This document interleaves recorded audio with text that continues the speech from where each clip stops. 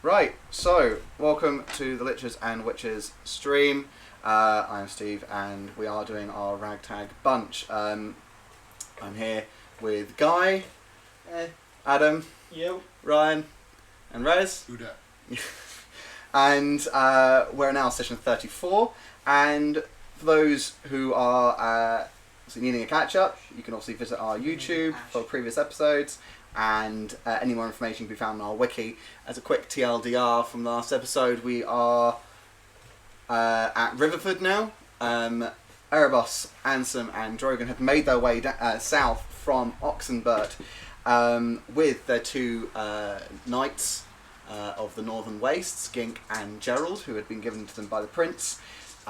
They encountered some deserters from the Emperor's legions.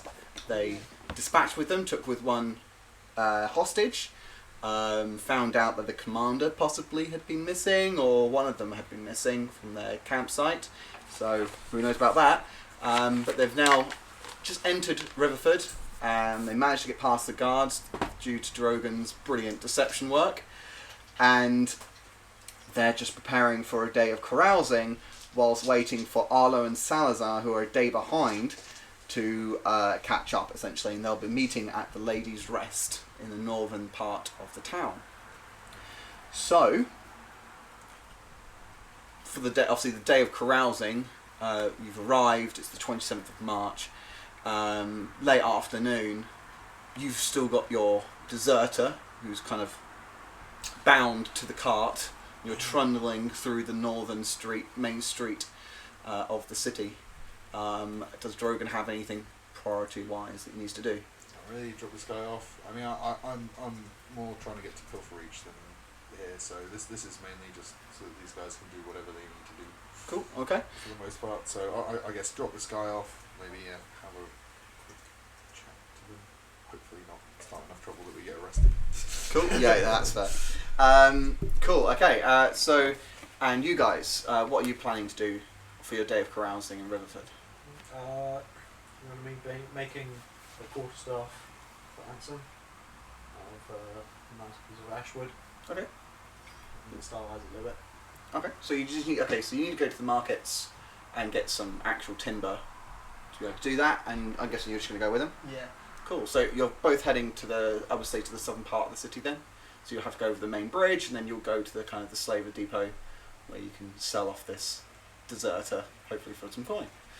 Cool. So Your knight's going with you to you, I guess. It would make more sense. I can send one with you for protection. The people I'm going to go sell people to hate your friends. Okay. Right? So. Yeah, I can stay with me. So I've just what Gink and Gerald. Like they're the enemy to these people that I'm. They're kind of inconspicuous, and they kind of look kind of inconspicuous in their cloaks. They're probably going to head to the Ladies' Rest straight away, unless you want them to stick with you. No, I'm going to be starting any fights. Cool. Do you want them to take the cart, or do you want to take the cart with you? Yeah, slaver on the cart. That was. We've also got weaponry, don't we? We want to sell. Yeah. So that'll probably be best as well. You're going to trundle the cart across the city. Yeah. Okay. So they take their horses with a screaming guy on. Yeah. The back. They take the horses to the Ladies' Rest, and they'll say they'll meet you there, obviously in the main area.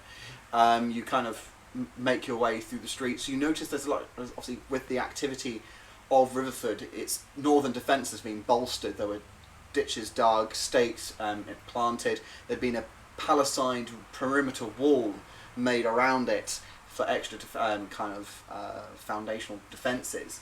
You see there's lots of troops filtering from the south inwards. Ansem, roll a perception check for me. Sorry. And then if it's over a 15, roll history. Perception, yeah? Yep. No. No? No, it's going to be 13. Cool. You hear kind of like a squawking of like an eagle, and you see it to be circling above you, and it just flies away. You don't recognise the bird, you don't know anything about it. Just a regular sized eagle. Just a kind of a large bird of prey. Okay. It circles you a couple of times, and it goes off, kind of bit into the distance, and then you see it kind of landing kind of far away. And like, you kind of cross the main bridge that connects to the island in between the river. This is where the large castle, where the Duke sits, the Duke of Riverford. Do you have a little town map? I do not for Riverford. I'm trying to make it. I'm going to make it handmade because it's got like I can't actually do it, but it's a lot of work and I haven't got into it. But best way of thinking about it is you've got kind of the city, and it's being bisected by this river, and almost a bit like two streams of the river with this island in the middle. On the island is this very heavily built up fortress, almost where the Duke sits, and then you've got the northern part of the city just above that, and the southern part there. So the northern part of the city is the old part of the Riverford, where kind of the first settlers came in, and then they've expanded out that way and then down to the southern side. So the southern side's kind of the new fancy thing. You've noticed the large amount of troops kind of bustling in. You've also noticed there's lots of kind of people kind of wary of kind of heroes now, and you've also noticed that kind of when last time you came here, a load of adventurers were around because you had Drakath kind of promoting Balthazar's Wonderland, and they're not here anymore. So it's literally military and people, and you see there are a lot of people on edge. So seeing a load of adventurers coming through, as you obviously are, as a kind of like a random bunch of people, a lot of people are kind of are wary of you, if you see me. You head across the second bridge into the southern part of the city, and you obviously curtain off to head towards the guard barracks, and that's where you can sell your slaver. Attached to your thing. I'll drop him off the nearest point I can. Cool. Okay. Who's wanting to actually make the exchange? Yeah. I'll make the exchange. I mean, I've got jack shit with strength, so I don't know how I'll ever be able to pick him up or drag him. Cool. He is protesting. He's just going to you, going, look, you could just let me go. I won't do anything. I'll just let me go, and I'll go my own way. I won't follow any more kind of deserters or anything. I'll just leave. Just spare my life. He looks to Erebos and just look. Just you don't need to do this. Just let me go, and I'll just walk away, and I won't leave that life anymore. You've shown me the way.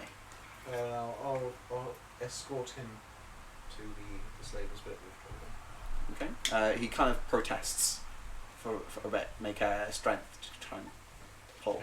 Okay. He's making a bit of a scene, if you know what I mean. Obviously, he's still wearing his kind of armour. Yeah, I imagine so. I don't know. You may have pilfered it. He's not got his cloak anymore because that burnt off. Yeah. So yeah, roll strength. Ooh. Oh, 9. Yeah, he's starting to kind of pull away. As you're holding on to roll strength. Oh, Jesus, look, this is pointless.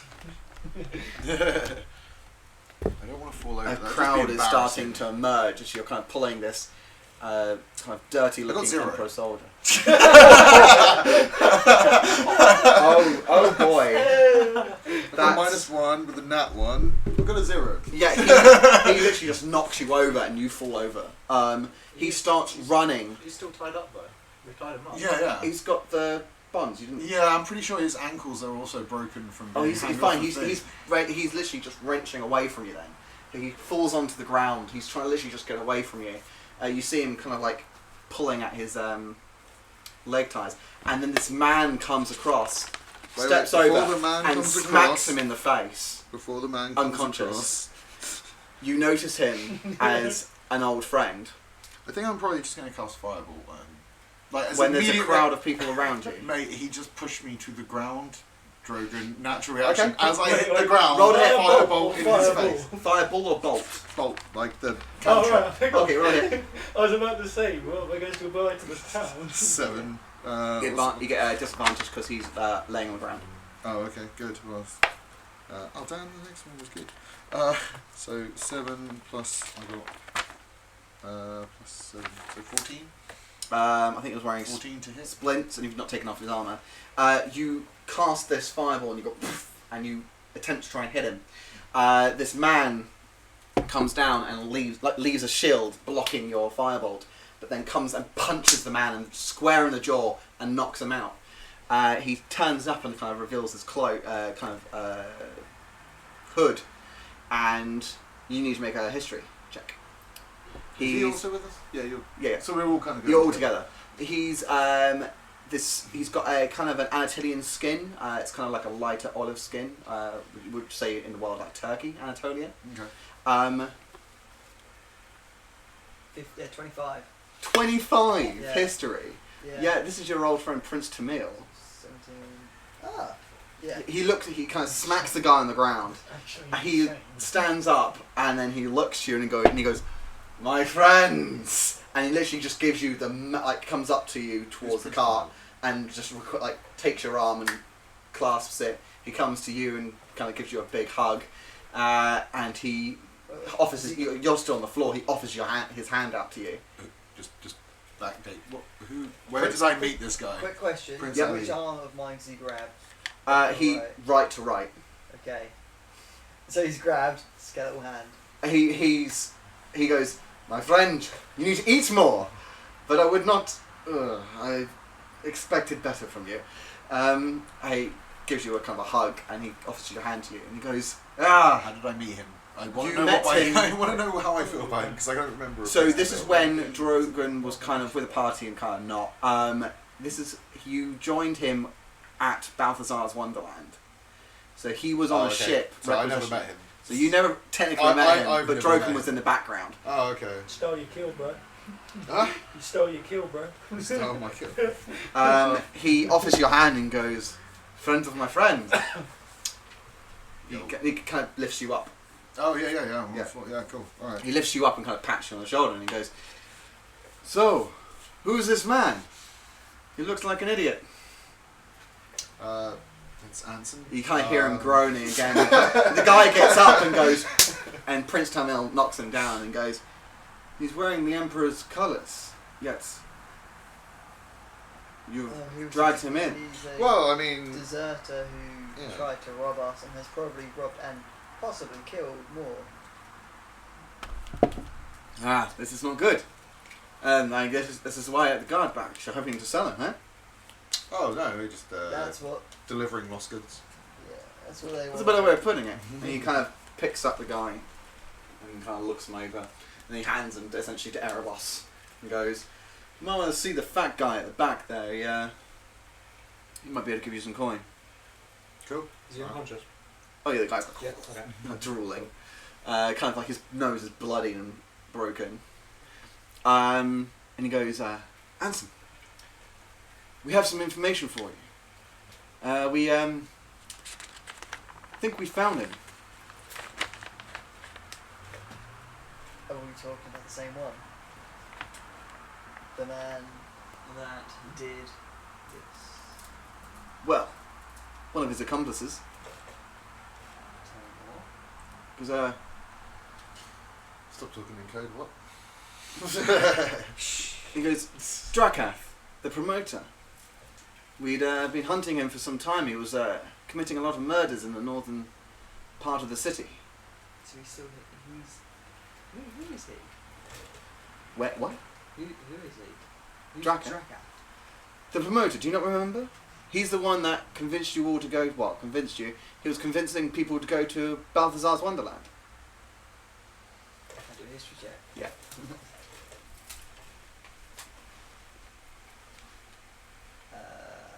13. You remember the name, you don't remember face, you don't remember what happened to Arlo either. You just know the name and you knew of some person kind of gaining, pushing people to go to Wonderland. That's all you kind of remember. But you Okay. kind of remember he was part of Balthazar's kind of troupe. Okay. I know of the name, not the face. He's the guy who attacked your friend. Anyway, No, I get it. we've been hunting him for some time, and we've got him Do you actually have him? bound up in a cellar. We've been trying to break him, but he seems just to be laughing at us. Hopefully, you can work your magic. Trying to get some information out of him? I can try. Alright, well, go find us at the 5 Stars Inn. Is it the 5 Stars Inn, yeah? Yeah. Kind of points down the road and goes, just by the southern gate. We've got a room, but we've also made use of the cellar. Kind of bribed the innkeeper quite a bit of money. And there's Erebus. Maybe you could help break some limbs. Try and get some information out of this bastard. My pleasure. Alright, well, meet me there. Or, well, you can obviously all find us there, so we'll see you then. And he kind of walks off, and you see this eagle continues with him. Yeah. Alright, so Drogon and Erebus. Going to the slaver. Yep. Cool. we'll go to that thing. I'm still really butthurt about the fact that he pushed me over. Well, it's up to you. He's holding him. Huh? He's holding him. Which one's holding him? Press to mill, or he is? Me. Okay, you're holding him. How are you holding him? What a way. Toro, come running at him. Just sort of. Over your shoulder, like, holding him in front. Got him in a headlock, dragging him along the floor. Like fireman carry. Yeah, I guess if he's unconscious, might as well try. Yeah. Cool. So But this he's is massive wedgie. his Next head's going point. to be over Yeah. the back. Cool. Right. I'm just going to walk really casually. I mean, up to you whether you want me to use stealth or sleight of hand, but I'm going to cut his ear off. The unconscious guy's ear off. Sleight of hand. Okay. No, it's stealth. Sorry, unless you want to draw a crowd. No. The crowd's starting to like disperse, but a lot of them are keeping your eye. No, just while he's on you walking, two. I'm just going to kind of subtly behind and just going to cut his ear off. Just Alright, cool. which So one was stealth to make sure no one notices, and then sleight of hand to see how good the job is. 17 on stealth. No one sees you do it. How good is the job? 5. Yeah, you cut like half of it off, and Okay. there's like blood kind of just starting to drip on the floor. Okay, I'm going to go for the other ear. I would say the amount of time it takes you to do this and quietly is the amount of time it gets to the Oh guards. wow, I keep. didn't realise we were that close. Yeah, it's literally there. And the 2 guards kind of hail you and go, Who's the man over your shoulder? Deserter, stand back. Ah. They kind of spit on the ground and goes, probably his body's no better use for a death pit unless we just tie him to the walls as a boulder fodder. They go, what, you wanting us to do what with him? You can throw him in the river. Alright. Well, we expect a reward. We took down 5 of these bandits.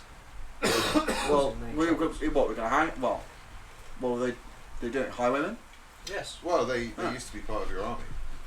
Well, I can see that. He kind of Oh, looks okay. at you, looks at you and kind of ugh, and he goes right, and he goes, well, They used to be. hold your on a problem, second, they're we'll your call the problem captain, again. and they one walks off.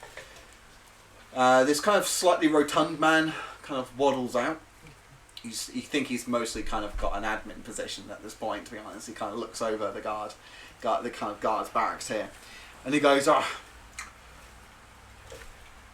he says you've got this man, Deserter. He kind of goes into his pocket and kind of brings out some coin and goes, here you go, jump him on the floor, Yeah, how much is that? what he's worth. That He kind of many leaves it open. hundreds? He's literally kind of slowly leaving his hand. Cool. Leave him on the ground and he starts walking back. Cool. You see the guard kind of like pick him up by his legs, start pulling him into the guard's barracks. I'm going to use Open it up. suggestion on that guy. As he's walking off. Well, yeah. Yeah. Okay. So as you open it up, it's probably about 10 gold. Yeah, that's right. Put it in the bank for boss. As a suggestion, I'm going to be like, but you're going to treat us like heroes. We returned a lost guard who betrayed you so much. You've You've got to charisma, celebrate don't I? us for the heroes we are. It's charisma saving throw or wisdom saving throw? I think Wisdom it's wisdom. saving throw. You can look at it if you want. He goes, huh? No, it's a fucking deserter. We'll probably just hang him. And he goes, well, saves off the rope. And you see one of the men draw their sword, and then follows the guy dragging the body with him, and then you hear a. Should have waited until he woke up. Cool. Well, what else do you do? So you're kind of waiting for them outside the barracks. What else do you need to do today? Well, you were told to go to some fancy pubs or something here, so Yeah, whatever I'll you go need to to do for your pub crawl. Marketplace, get some ash timber. Yep. And some quarterstaff. Yep. Probably enough for the build, and 3 staffs just in case I butch one up. Cool. Yeah. I'd just say you do that. Yep. You go across the marketplace. You find a nice kind of carpenter or a logger, I guess, is kind of who's timber person. I don't know. Timberman. A timberman, and you find a timberman, and he sells you a timber, and 3 timbers, please. 3 timbers, please, and you take those, and you you've got them, so you can work on it in your own time. Cool. How much is that? How much is the quarterstaff? Is it 2 silver? 2 silver. 1. For all Silver. 3. All 3. Cool. And then, yeah, I'll make the 3 quarterstaff one. Whatever role you want me to do. Cool. And you're going to go back for the ladies' rest? It's probably about early afternoon. I've got the other tavern to go to. 5 star. Yeah, 5-star. That's also the one I think Scribon's meeting you in, or is it no ladies' Yeah, rest? Ladies' rest. Ladies' rest. Yeah. It's very, very true. Cool. Okay. So you're gonna go to the 5 stars. I'm going to go to 5 stars. I don't know about you. I'll go to Ladies' Rest and leave a message for Balthazar to come meet us at 5 stars. Okay.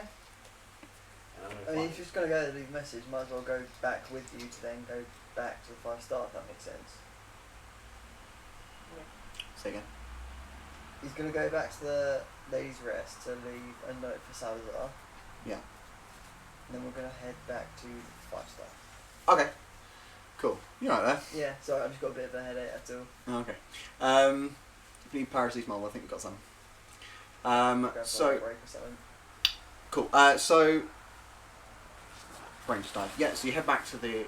You go find the ladies' rest. It's probably about a 15-minute walk from the northern gate. So you kind of trundle your cart all the way back up. You kind of get rid of all your gear, get all that sorted. You leave. You obviously go into the inn. Kind of Gink and Gerald would wave at you. And you leave a note for Salazar. Salazar, can you just roll a animal handling check if you've got animal handling proficiency? Land vehicle proficiency. I think you're a barbarian. No, I don't have that. Cool. I think Arlo has, because I think he's got that. I can't check his sheet. So I'll just do it for him. Oh, you roll pretty good. So you're making pretty good time. You're probably going to come in the next probably couple of hours. So you're going to get here by early this evening instead of waiting full day. So you head back across the river to the 5 Stars Inn. You find it very close to the southern gate. Can I just get a hands up of who's going with 5 stars? So you're going to stay at the ladies' rest? 5-star inn. That's the one that Prince Tamil is at with Drakath, with information hopefully on Balthazar. Nah, it's coming out of the back of Cool. you anyway, isn't it? Gink and Gerald staying with ladies' rest? yeah, and they can come Salazar. Okay, they'll wait for Salazar. Yeah. Cool, okay. Do they know who he is? No. Yeah, they would have. Well, it's up to you, but you Because was. I didn't stay in that castle. No, you didn't. You stayed I out. didn't, so I haven't even Oh, met them.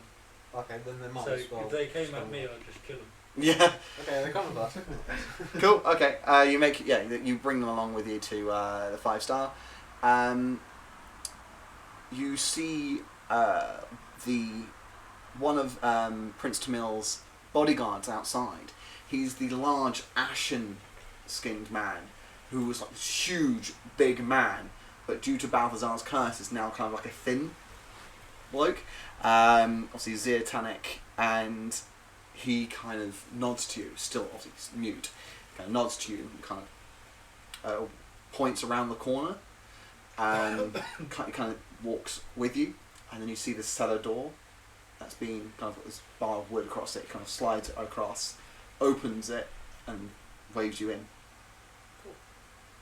Cool. You head in, you hear the doors close behind you, and the wood is then inserted back in. There are lights kind of dotted around, and you kind of see yourself in like this wine cellar, and various barrels of ale. It's kind of like you kind of judge by what it's got here, kind of a modest inn. And you kind of work your way through, and then you hear the sound of this muffling kind of laughing, and then this "Speak, damn it!" The sounds of Prince Tamil trying to get some information out of this laughing creature. He kind of hears you kind of calling through. He kind of turns and goes, "Ah, my friends." He goes, "Thank you for coming so quickly." Goes, and he kind of goes, waves his hand open and goes, "I hope you recognise him. Well, hopefully after the damage, he's probably a bit hard to recognise." And you see kind of this man slumped across. How did you describe Drakath all those years ago? He was in robes, quite young, dark hair, I think it was purple eyes. It's his first character. Oh, was it? I don't remember. Wait, the halfling? No, That was the first the character. mind thrust. Johnny's Was it? Yeah, Yeah, I didn't have half one. it was a human. It was the one that used mind thrust a lot.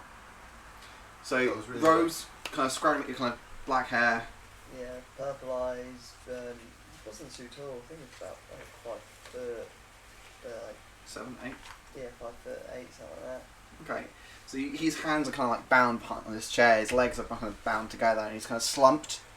And you kind of see this kind of dripping blood, and he's kind of like cackling.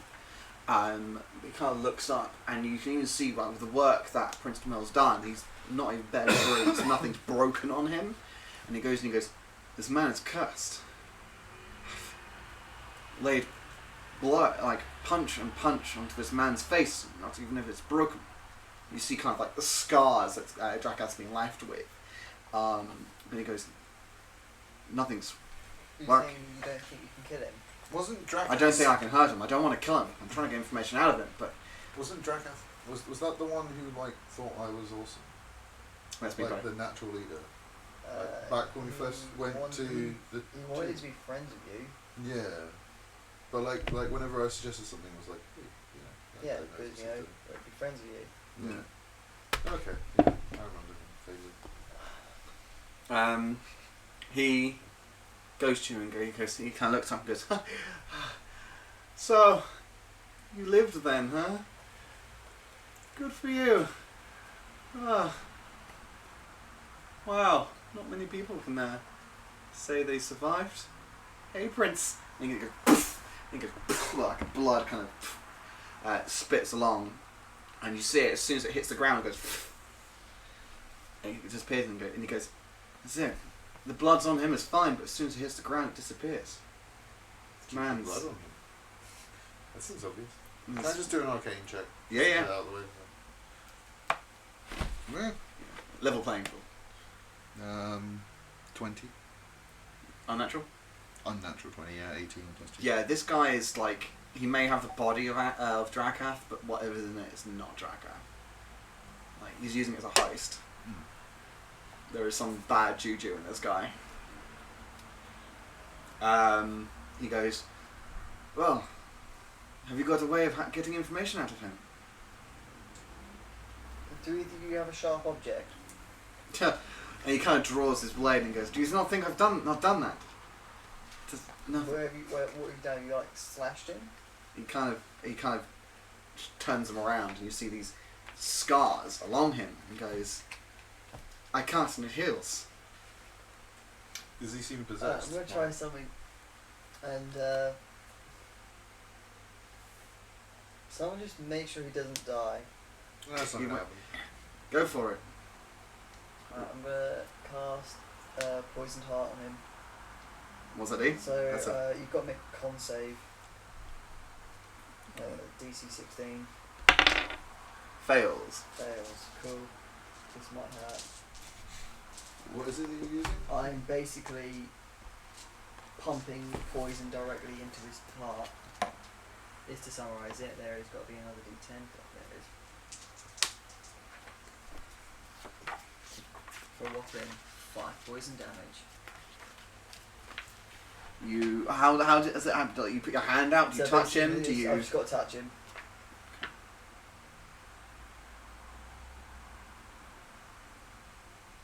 It's causing its heart to fill with a vital poison.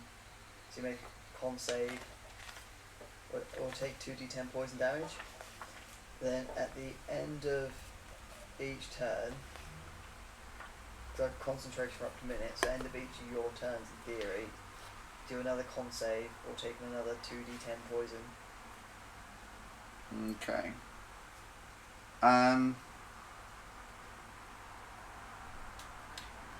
He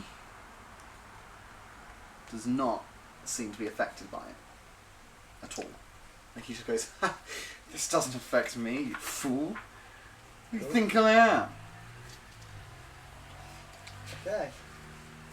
Is he restrained? He's completely restrained. Um, I'm going to use my helm of telepathy to detect faults on him. And Yep. see if it's the same sort of white noise as Wonderland creatures have. High level. Just the surface stuff first. Cool. See if there's You anything. don't get anything surface level. Is it You like... have to go in. Okay. So you have to roll a wisdom saving throw? Wisdom saving. I'm rolling like crap today. It might be your lucky day, guys. He fails. You need to make a wisdom saving throw. Okay. Why? You're like sitting there going, oh No. dear. 10. Cool. You succeed to go into his head, but then all you hear is this horrible dark language that just fills your mind. It almost feels like he's got his own dark language kind of going on, and then there's another language on top of it, and it's almost like if you just had two people here shouting at this horrible language at you into your ears, and you literally fall down, like grasping your hands to your ears. You essentially are like deafened for a round, essentially. And he just goes, fool, fool, you cannot comprehend what's going on.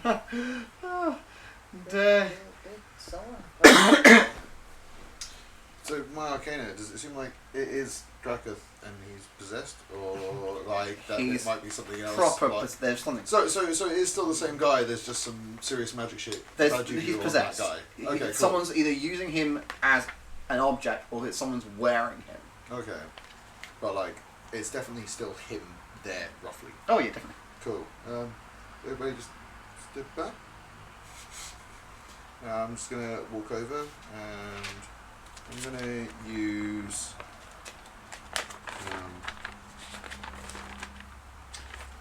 But you know I've got that ring thing that changes the Grammarian? letter? Yep. Yeah, ring of Grammarian. So I'm gonna use Thunder Save to try and save him. Okay. Thunder Save. You work out how this works, but basically my plan is, assuming that you're going to essentially use it. You basically become a defibrillator. That's how I'm feeling it. My kind of thing is if there's like some sort of possession, blah blah blah, right? All so right. you have a. Is it thunder? Yeah. But like, you make a Constitution saving throw. On a failed save, a creature takes 2d8 thunder damage and is pushed 10 feet away. Okay, I've got it. So I'm thinking the soul, the spirit, possession will move. We're going to go full Constantine on this shit. Yeah, right, yeah. Okay, let's do it. That's my thought. He passes the con save. Ah, fuck like You see, kind of like you put your hand against his chest, and literally a surge of energy could go. You kind of just see it push out of his You body see and then kind just of like- snap straight back in. Yeah, you see kind of like this kind of his skin stretches outwards as this kind of thing comes out.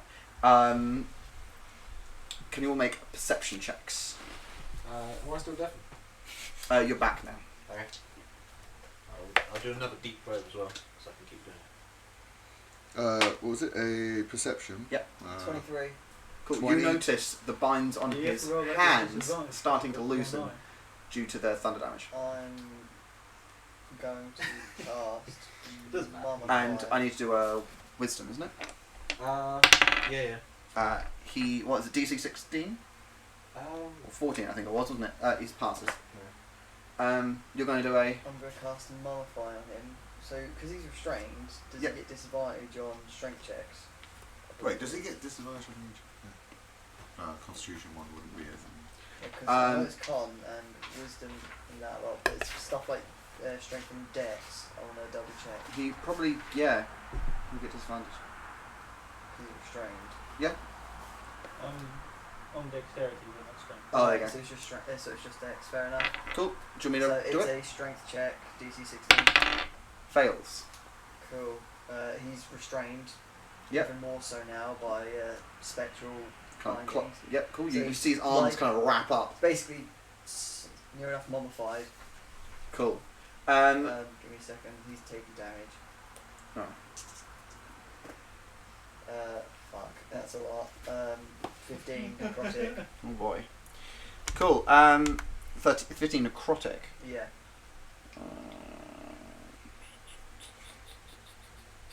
Oh, interesting. Haha. Cool. Turns out he's immune to that as well. No, but this is just interesting. You see him. He has. I mean, Arlo just playing on the road again. Cool. You see the bindings kind of start to wrap him, his arms, and he takes what 15 damage. 15 necrotic, yeah. Cool. You see him laugh, and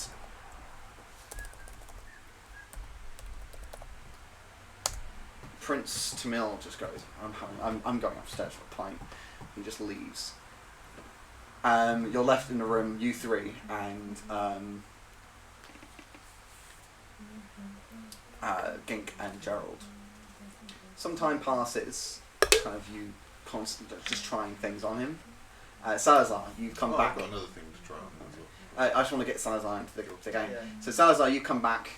You arrive in Riverford, Cool. and you stopped at the Ladies' Rest. You've got the message from Erebos, and I'm just going to push you into the thing because it's just easier.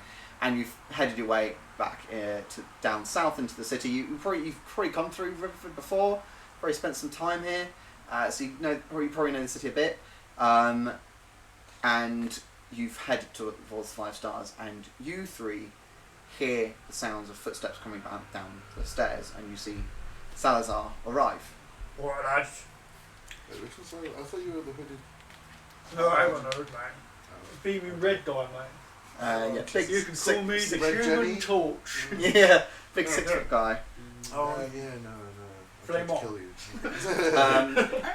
And I forget you died every other the week. creature kind of looks at this one and goes, Yeah, it's been 2 weeks, I might die. He's Don't new. say it. I don't like this one. And you see him, his face turn very angrily towards Salazar. Need some breaking, do we? And he goes, and you see a smirk just appears and goes, this one can't do much. Back away, was it 10 feet?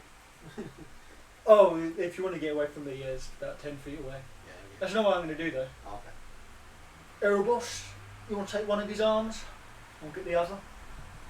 Okay. Yeah, I'll take one of the arms.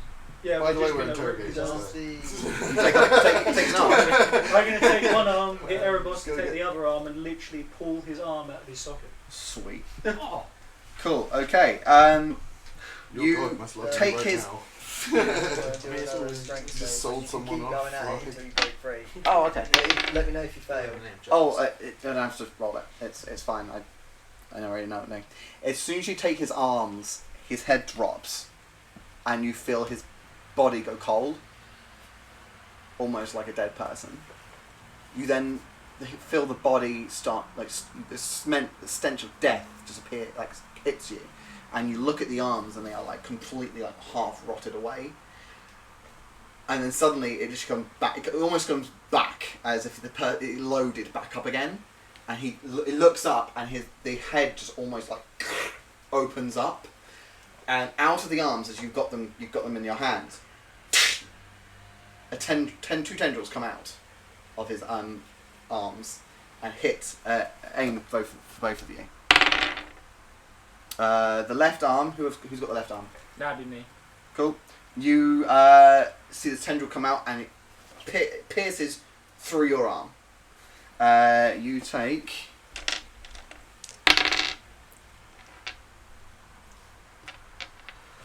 This is not a good day for math today. You take 15 points of damage, and your hit point maximum goes down by 2. The skin starts to essentially shed from him, and this horrible kind of rotting creature comes out and starts speaking this kind of horrible darkened tongue. You know Abyssal, don't you? You know this as, and you see the binds were never on him. Right. You see his legs are complete, just literally they fall. He's been waiting for you to come back. He's like in his dark voice, my master has sent me. I've been waiting for you, gathering my strength. And let's roll initiative. Waiting for who? For him? He looks at all of you kind of in turn, so you have no idea.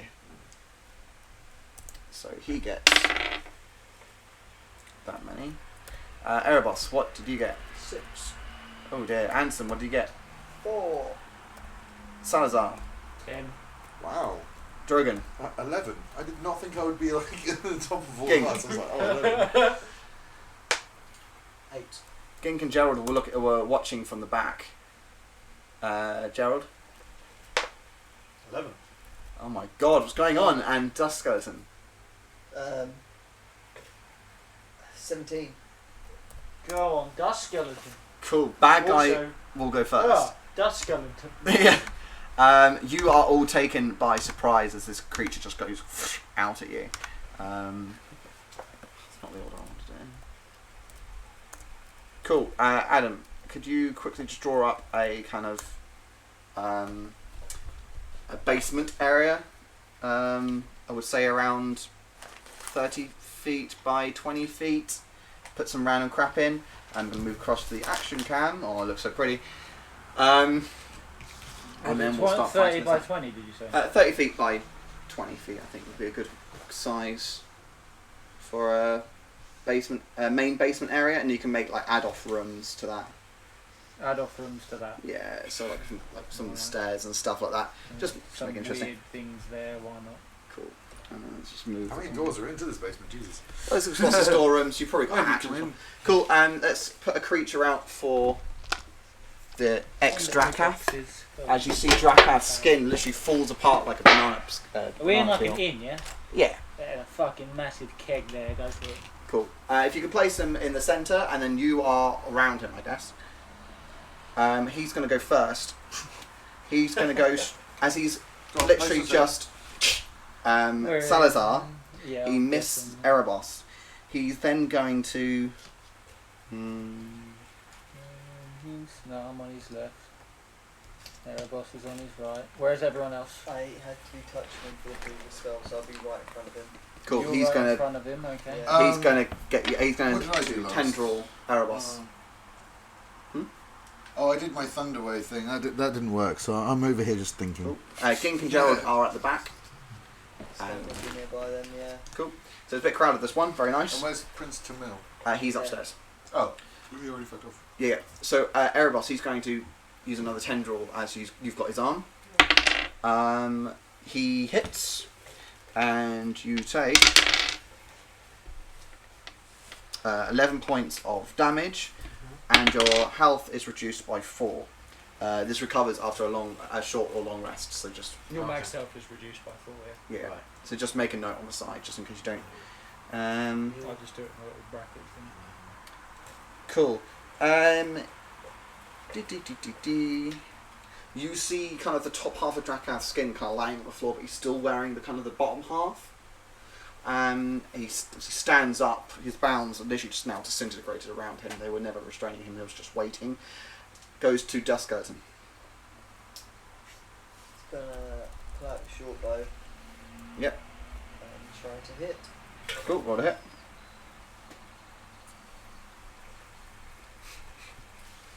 14.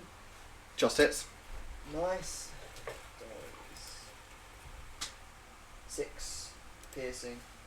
Cool. Turn it off. Anything else with Duskirton?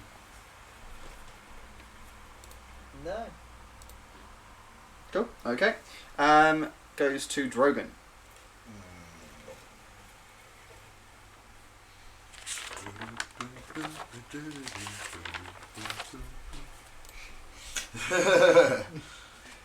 So, tentacle currently piercing all the way through Balthazar, right? Through your arm. There's Yeah, like, don't just even literally a tentacle through your arm. Don't even know. Is there a tentacle through your arm? Yeah, probably now. Yeah, but like, did it penetrate you? I don't know. Giggling. I mean, obviously my go-to is Thunder Wave.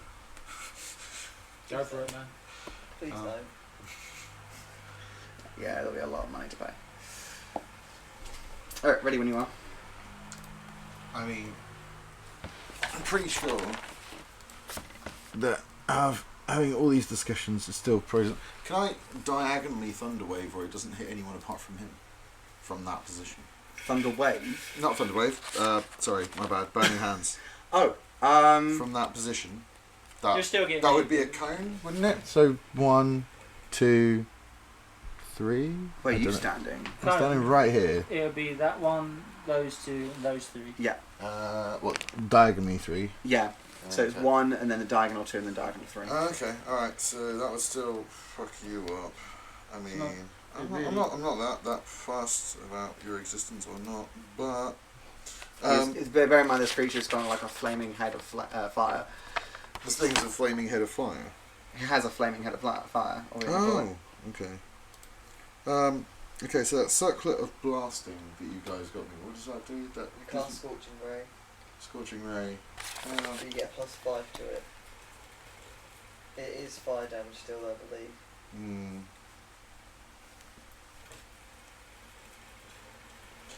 Man. I have a lot of fire and not a lot of much else. Call you arson. Yeah. I've got thunder and fire. That's my jam. That's my jam, and I don't feel like dancing lights is going to do much right now. Yeah, the scorching ray thing, or not, is it? Yeah. So you get 3 orbs to do an attack with, and you get +5 on whatever your spell casting ability is.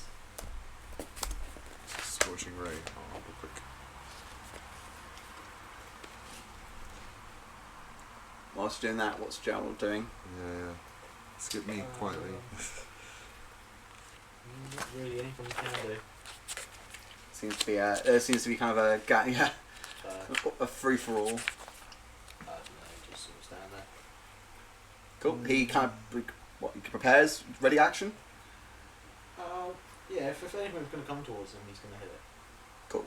Crossbow or Aggressive. Cool. Right. Ready? Yeah. I'm gonna use it seems to be some sort of demon-y type thing Yes. as opposed to a general creature type. No, this thing looks like it's come out of your nightmare. Cool. I'm gonna use the pound and the price of scales on it. Cool. Roll a religion check. A religion check. Okay. Mhm. Cool. What do I do with the dice? Literally had it on my lap a second ago. Yeah, I'll use yours, but I'm still curious what happens. Over here. You get advantage because you're using it on a Oh, that's the one. devil or a demon. Okay, so I got 17. Cool. You hold up the scales in front of its face, and this ghostly image comes out of it. You see the visage of Palin the Pious, and he looks at it and goes, "Righteousness!" And he literally brings up this hammer, which looks like yours, and smacks it across the face. Roll. The warhammer is what, 2d? Warhammer's a D10. A D10. So roll a D10, but you get double damage because it's what's it called? Radiant. Radiant. 11, I guess. 2d10. I got an 8 and a 3. Yep. Cool. Is that an 8? There's zeros on this though, isn't there? Yeah. So Yeah. what would What was the number? this 80? Oh, it's just an 8. Yeah, you No, get rid of the yeah. 0 basically. What's the 0? The 0 is a 10. 1? Oh, the 0 is a 10. Yeah. But what's the 10 then? 10. 10's 10 and 10's 10. Oh, so if you're using it as a D10, Yeah. that the 1 is the 10 is a 1, Yeah. the 10's a 1, and the double 0 is a 10. 10. Oh yeah, of course. Cool. Very confusing. You see this creature's like knocked back, like a load of kind of flesh is ripped off from it. He's very surprised by this creature coming out of the set of scales. Goes to Salazar. So I'm gonna let go of his arm. Yep. Kind of like the tendril comes out of your arm. Grab my halberd. Yep. And I'm gonna enter rage. Of course. So all you guys take 3 fire damage instantly from that. Apart from me. So Drogon, They don't. Yeah. Just So all this here takes 3 Drogon fire and some take Yep. 3 fire damage. 3 fire damage.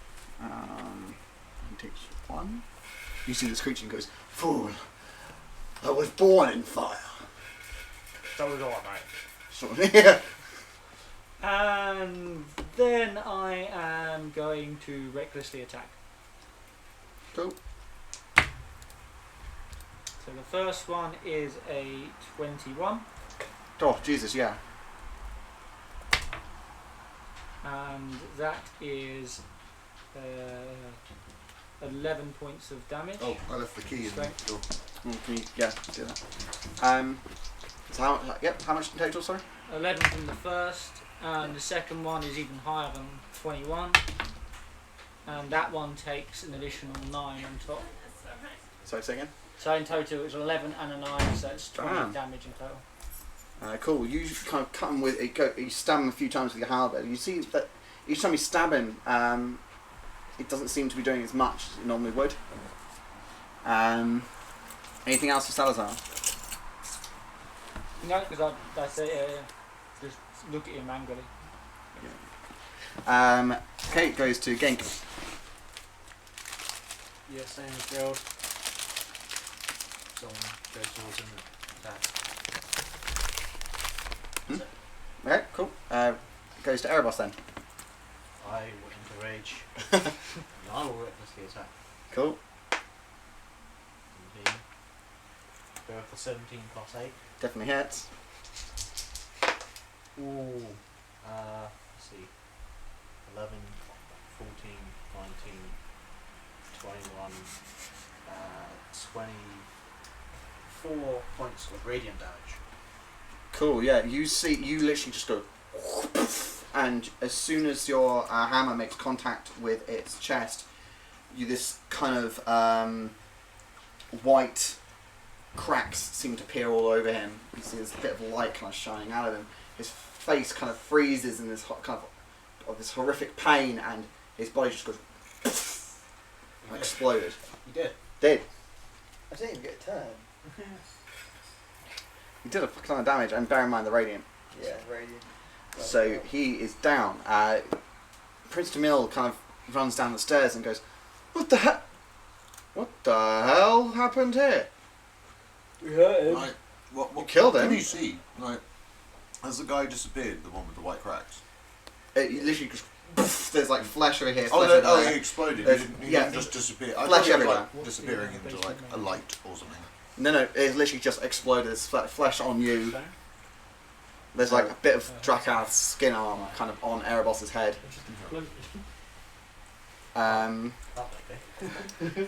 Cool. You get. Oh, I've just got a bloody page. I'll try and find it now.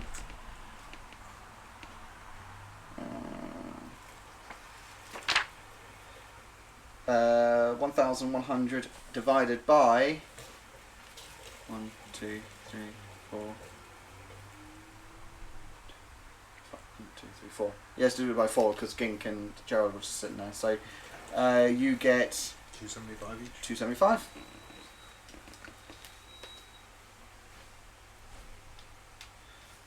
So with Drakath dead, Prince Tamil kind of looks over the body and goes, "Did you get any information out of him? Yep. What the hell? What the hell happened? Why couldn't we make He was possessed by a demon. That's the information we've got. a demon? Yep. We knew this guy was fucked up. Oh, But demons? When he spoke to the Thistle, what did he say? He goes. I was waiting for you. Mostly goes. The master type of thing. Yeah. It's just the master, yeah. Cool. And he goes, "Did you get anything? Did you get anything about Balthazar's whereabouts?" No, he was basically using the body as a host until we arrived. He knew you were coming. I guess. It means that. How? He kind of looks and just confused and goes, "Well, we'll stop by the temple of Melora and hopefully we'll try and uncover some information about where Balthazar may be hiding." And he goes, "Maybe you should check out the Duke. He might have some information for you. The temple might, or you can try and look around." He goes, "I don't know. We don't know where Balthazar could be hiding in Riverford. We know he's here. There's been enough going on for him to make a good living off it." I'm gonna rummage through my bag. Yep. I'm gonna whip out the lens of straight creeping. Oh I yeah? believe it gives me a mile of I can find anyone I want as long as I know who they are. Oh boy! He's done it. He worked it out. So you look at the lens of straight creeping and it almost looks like when you do the black light sort of thing and it kind of reveals the kind of the spots. But you kind of see where Drakath, the abyssal body, was dragged, and his footprint is kind of like highlighted for the lens of straight creeping. So you kind of look at it and go, you can see where he's been dragged in, and you see kind of them bringing this body up the stairs. So the lens of straight creeping is highlighting Drakath's movements. Cool. What do you guys want to do? Take out my sickle and take that guy's head. He's over the walls. It exploded like a... You're going to take your spoon, You guys have. take that guy's head. I'll take whoever's left around. Cool. You find a piece of skull. Yeah. Cool. It's like a little bowl, a small bowl shaped. You probably get like 3 cornflakes and some milk. Yeah, I'm gonna take that. Cool. Okay. So you're gonna follow the I think we're prince. following our bloodhound Goliath. Yeah. Unless. What time is it? No. It's probably late after. It's probably evening. Probably about 7, 8 o'clock. Do we want to wait till morning? Or do we want to go with this huge chase now? Is there a What time are we on doing? the item? No, I can just do it whenever I want. Okay. What are we doing? He already knows we're coming, right? Who? Perhaps that. Might as well Balthazar. rest it then. Rest. Yeah.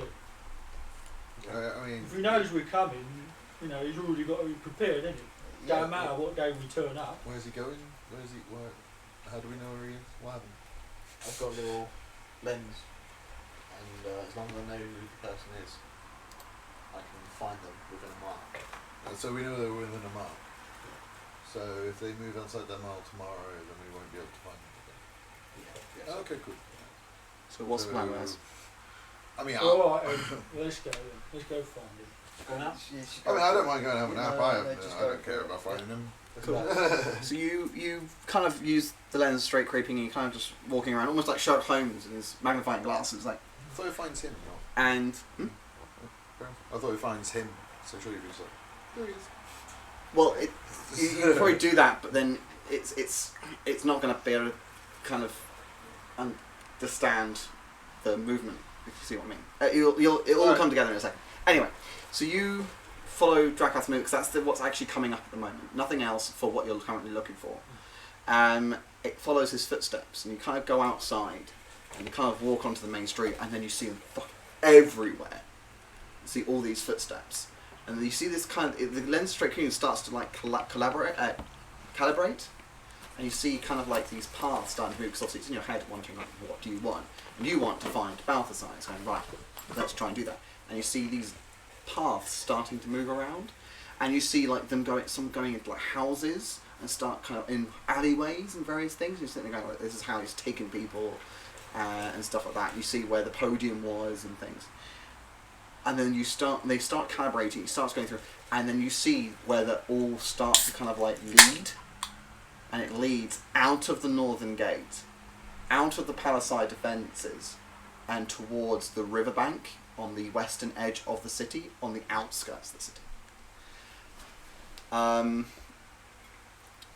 What do you say? Obviously, you're the only one who can see this. Yeah, okay. Well, he's not in the city. And he prints to Miller and goes, where is he? West of the North Gate. West of the North Gate. And he goes, that's where... Huh. Can't believe we didn't even think about that. It's genuinely shocking that you didn't think about that. Because that's where... And he goes, we were. And he kind of points, and he kind of points outside of the main gate, as kind of the large doors are still open. And he kind of points, and there's this massive graveyard. And he goes, we've been searching that for God knows how long.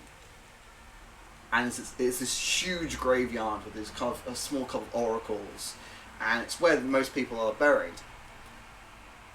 And he goes, I didn't even think about that. And he goes, the north. The north's the oldest part of the city. You're not going to bury your dead in the city, are you?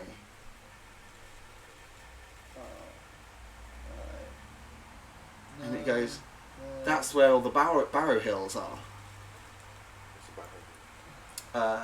It's like where you store your dead, but that way you can still visit them and pray to them and all things. It's like almost like a crypt, but it's on the outside. And he goes, it's fucking ridiculous. We were right here. It was right under our nose. We're fucking idiots. Yep. He goes, well, that's embarrassing, and kind of sits back, and he goes, right, well, we'll accompany you. Is there any shops open between here and where we're going? Nope. It's Nothing. Evening. Yeah, nothing at all. Nothing. Nada. Okay, cool. Is it? Oh, I need something that does radiant damage. I only use my pious thing once a day, and that's all I got. So, anything that does radiant shit. Alright, let's stop by a church so I can break a bit off. You don't personally need to do it, because we've got a big Hulk to do it for us. You're the fire damage that we need, because if we come up against something that's immune to radiant but weak to fire, that's where you will excel. But if I have radiant, I can do both and not have to rely on... We can stop by a church and drink some holy water. Yeah, that sounds like a good plan. Let's go Yep. break Temple the Lair is in the north. Go steal Do a you know church. how expensive holy water is? Oh, not when it's free.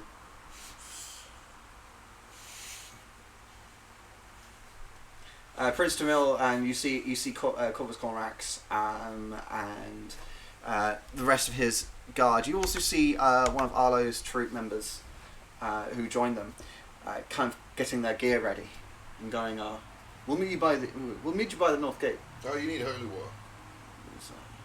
Do you have holy water? I think you've got silver. That's fine. You'll be We've dead. got, You'll be dead. It's fine. We'll call in a friend. Yeah, exactly. You got like old go get 'em spirit, and that's what counts. They go exactly, and Exactly. they Remember they that start guy downstairs with the walking. go get 'em spirit? Walking off to obviously towards the north.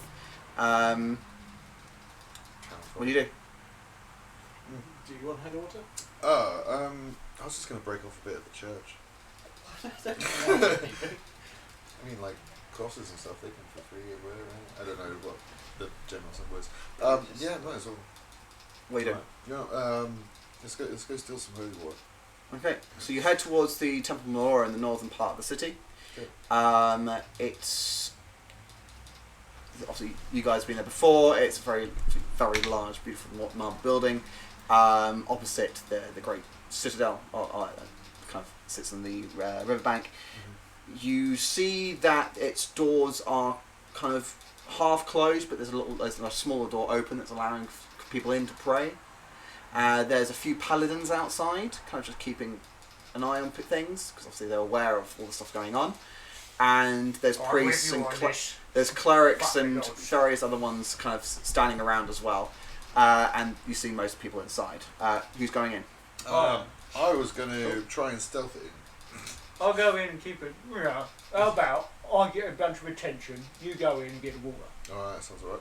Right. Cool. Does anybody want to give me water skins or anything before I go steal this holy water? Thanks. I'm not Got regular. joining in on this. That's alright, you don't need to, just your water skin will. No one knows it's attached to you. Participate Cool. in any of this. Salazar, roll Water skin? something Water to get skin? some attention. So you're I'm going going to to do... go in front of them and start Yeah, I've got water skin. performing my fighting styles and whatnot, and be like, I'm great Balthazar from the Desert Kingdoms. Yeah, it's strength or performance. Up to Have you. a performance. Nice. 5, do you say? Ooh, yeah, that's 8. One of them kind of looks at you and goes, "Seen one of these guys before?" And he goes, "Nah, this is a new one.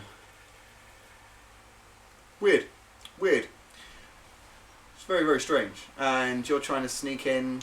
How? Well, I mean, like, to be fair, if everyone's like, so, what's the layout of the inside of the church like? It's Or a temple. church. Oh, okay, so It's so a very large are we open- talking like everyone's praying and the only source of holy water is out the front? Or are we talking like everyone's praying but there's like a font No. over here and there's like a little fucking No. fountain? No. Altar and font at the end, with Altar around, at the surrounded font. by priests and clerics and Okay, paladins. cool. Well, in that case, I do I really need to stealth in? Because I can just walk in. Yeah, they're not going to Like, stop you. they're not going to stop me in. walking in. I don't think they'll even stop me going up to the font. They're going to stop me from getting the water from the Yeah. font. But they're not going to stop me from walking right up to that. No. Right? So I'm cool up to that. So Salazar's making his kind of like strength, and you kind of just walk in. Yeah, ready to yeah. go. I'm just a regular guy, cloak up, like doing a bit of a drow A thing. priest meets you at the door. Oh. And goes, "My child, are you wishing to pray with us? Oh, absolutely.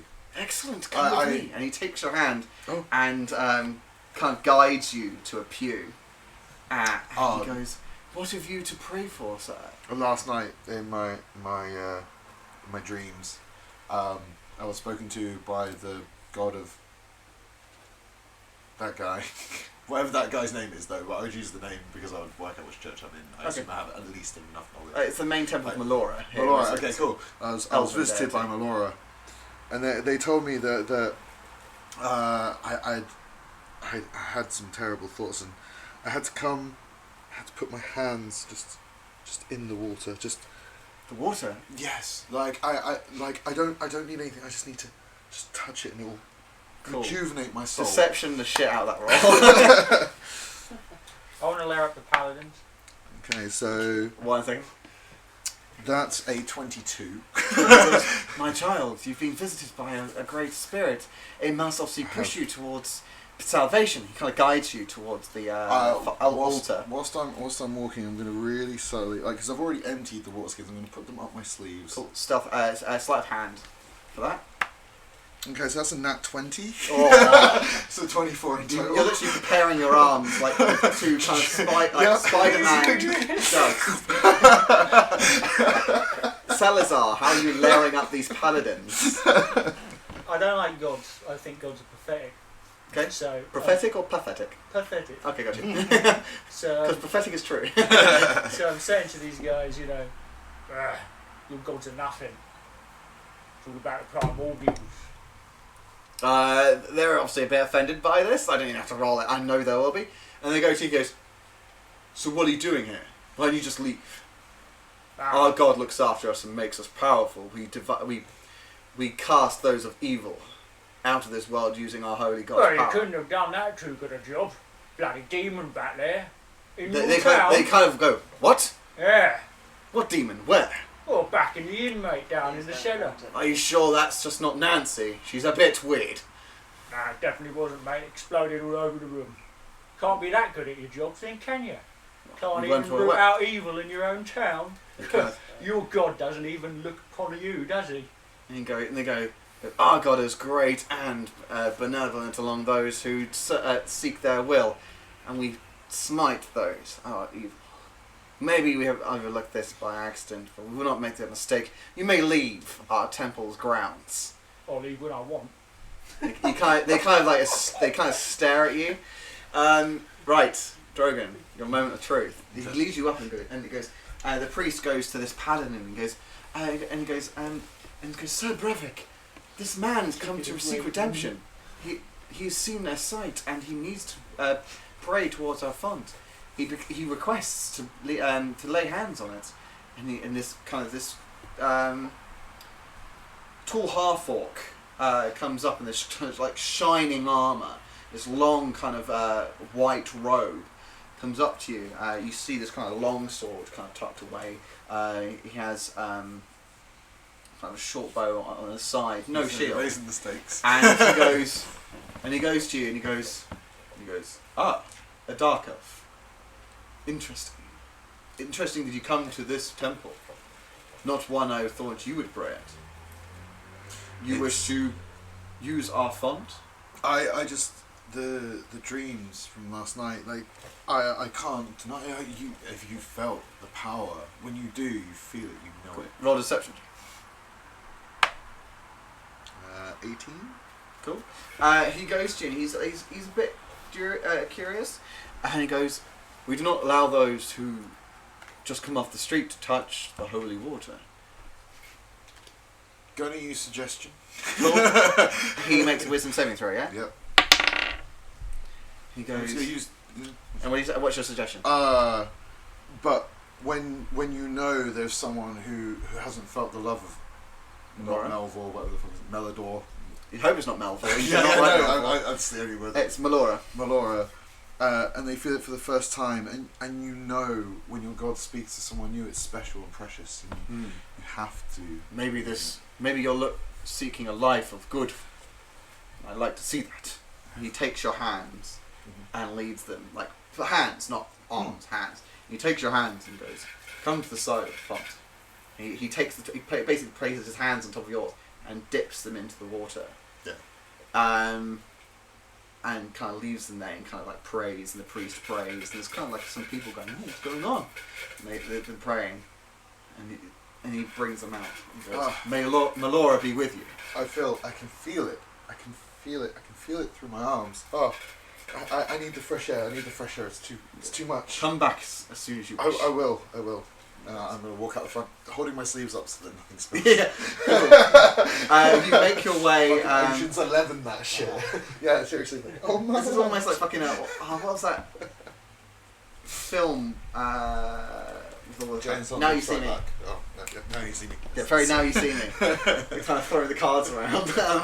Cool. Yeah, you make your way out of the temple, and you see Salazar kind of like layering up these guys. It kind of gets to the point where he hears Carl going, Yeah, you think our God's shit? Well, our God will shit on your God, and your God will like it. Yeah, I'm sorry. I'm so sorry. Yeah, no bloody God, I told you. Primordial. Not primordials. There's no talking to you. Our God is the greatest, and we will seek out evil. And you see Drogon just walking past. Yeah, funny that. My God's made yours. And they kind of go, and you kind of hear My God made your gods. and you can kind of hear the other guy go, oh, that's kind of right. It's kind of true. And you go, shut up! And he goes, get out of here. Believe in gods. No, I said they're shit. No, you said my God made your gods. Yeah, but it's not really a god. They're proto-gods, isn't they? Primordial energy. Proto. Chaotic. You're not even Pseudo here. gods. That's what pseudo gods. You Yeah, see, yeah, it kind of there's a bit of kind of noise coming in. You kind of hear kind of a bit of noise coming from the temple. It's kind of priests are starting to look out from the disturbance that's currently going on. You see Drogon's now walking past you, kind of with his arms going up, going, got it. Oh no, I'm doing pray. Yeah. No, pray. They're going, that is a good believer right there, pure of heart, praying as he leaves. I swear to God, that is just pure evil. And then I'm just going to go, oh, cheers for your time, no worries. And they look at each other and go, well, that's not the craziest thing we've seen today. And you've got the holy water. No, two water skins full. 2 water. Well, I would say because you're dipping. I would say yeah. Well, okay, I'll be nice. 2 water skins full. Cool. Right, cool. So you head towards the Before we northern do gate. that, you gave me 5 vials. I was unable to fill them up. So, I mean, I'm going to basically do one water skin up, divide the other water skin up between the 5 vials. So there's like 5 variable vials of water skin. Yeah, you might as well just put all the water in those 5 vials, because probably enough. The water, probably 1 water skin to 5 vials. To be honest, I wouldn't say 2 water skins because vials are quite small. I would say about that. Yeah. Like little test tubes almost. Yeah, I mean they're test tubes, so and even if they weren't, I would just rather put in like a little bit because that just looks a bit more grenade.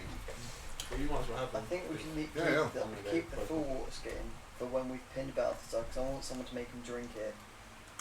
Making the undead lich drink holy water Whoa, would be quite funny. I thought you weren't part of this. No, Go get your water skins. no, they're giving it out for free. I'm just giving you a suggestion. Okay, I don't know who this guy is. I'm literally just coming along because you guys. Oh no, it's still you in were the so in for the holy water. inn. Okay. He is going to join you, but obviously he's not. He's going to be with Prince Tamil and his lot. Who's that? Arlo. Okay. So he does join, but he's waiting with Prince Tamil No. and Aoife, which is one of his old troop who's joined Prince Tamil. So they're kind of catching up. Right. So you're at the northern gate. Kind of the guards kind of look over you, but they're not really paying attention to people coming out of the city. So what do? Join up with Prince Tamil, and he goes there. So you ready? You ready to find this? Yep. You got all your religious shit on you. Yep. And they kind of look out, and you see like he kind of pulls out his blade, and you see this kind of shine of silver. You knock Is that that one? and Corvus kind of the ranger kind of sits with his eagle on his shoulder, and you see the eagle's got these kind of gloves over his talons.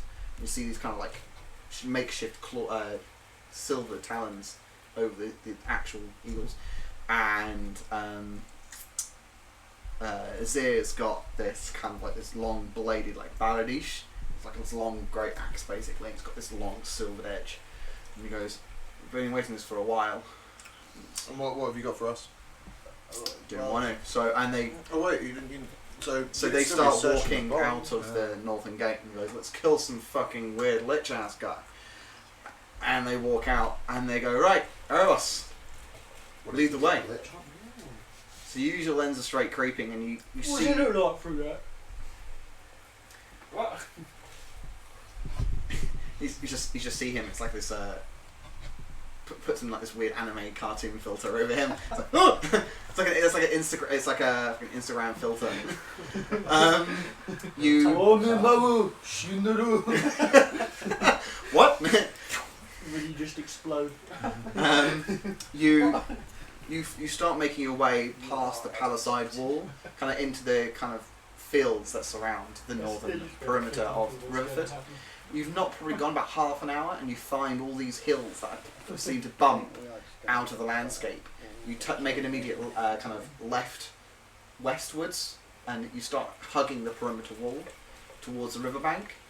Probably about another 20 minutes, and you get up to this large tomb, which sits kind of half in along the riverbed, and sunken in, and you see this kind of door. It's wooden and iron surrounds. You see there's kind of like a chain around it, and there's kind of like a bit of rubble around it as well. You think, just by looking at it, you surmise that someone's tried to had boarded this up. Someone had covered this up. Someone's taken it apart. What do you all do? Do the footsteps lead there? Yep, straight to the door. Cool. Yeah, smash down the door. Cool. Roll a hit. Salazar, I need your help. Okay. Sure. Right. Well, I got an 18 to hit. Cool. You bring up your warhammer, and you see a black and red film appear over the door, and it bounces right off. On magic, radiant damage. Radiant, yep, with an 18. Nope. What do you get? In total, I got an 18 as well. Cool. But I was standing like at least 10 feet away. Yeah, If I go like that, how You bring it in, it bounces right off as well. You see this ripple over this door. I can probably add to that if you want. So I'm gonna take my new star. Mhm. Gonna cast Grim Scythe on it. Wait, So when did you where the mouthpiece was extended, there is going to be a So the spectral scythe, scythe blade. Alright, so on 3 we will strike, okay? Cool. Alright, Alright. 1, I will do this recklessly. 2, With a halberd. 3. Don't get more Roll it. Roll. Yeah, like I said. I got 27. And I got and a 15. Oh no. Salazar comes in first, and you see the kind of this kind of plasma just start to wither, but kind of wobble. You come in with a hammer, and you see it kind of like to almost like half shatter, and then this scythe comes straight through, and you literally just rip it like a piece of paper. Do we need to do In damage half. or anything? Or is it No. It literally and you see as you do it, this gust of wind blows out, causing across the water. Obviously, causing the mound my ear's to gone kind out. of shift as well, and the door falls open, and then you hear it in the distance. You want me to go first? Yep, you light the way. Alright, so Does it quite literally light the way? yeah, I just go like produce flame, so it's just a flame in my hand that I can use as a torch to light the way. Cool. You But I'll kind just of put the flame on my head. you kind of make your way in, and you illuminate this very old kind of stone interior where it kind of curves with the mound, the rise of the mound, and it sinks in straight away. There's kind of a deep step inwards, and you kind of end up in a kind of a foot of water, where the water's kind of sunk in somewhere. Maybe it's kind of caved in, and you're kind of like splashing through. There's kind of like several skeletons around.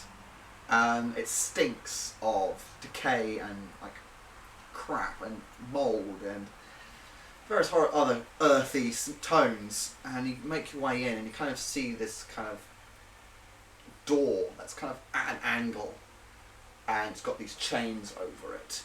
And you look around, with the flame, you see a children's doll moulded on the floor. Is that in the water? Kind of, it's kind of off the water, but it's just above it on like a rock. It's kind of like mouldy from being here for so long. It looks like a very beautiful kind of black-haired woman. You can't sit there and go, you almost think you recognise it. You have no idea why. You just sit there and go, that's familiar. Can I Poke do it history with the on halberd.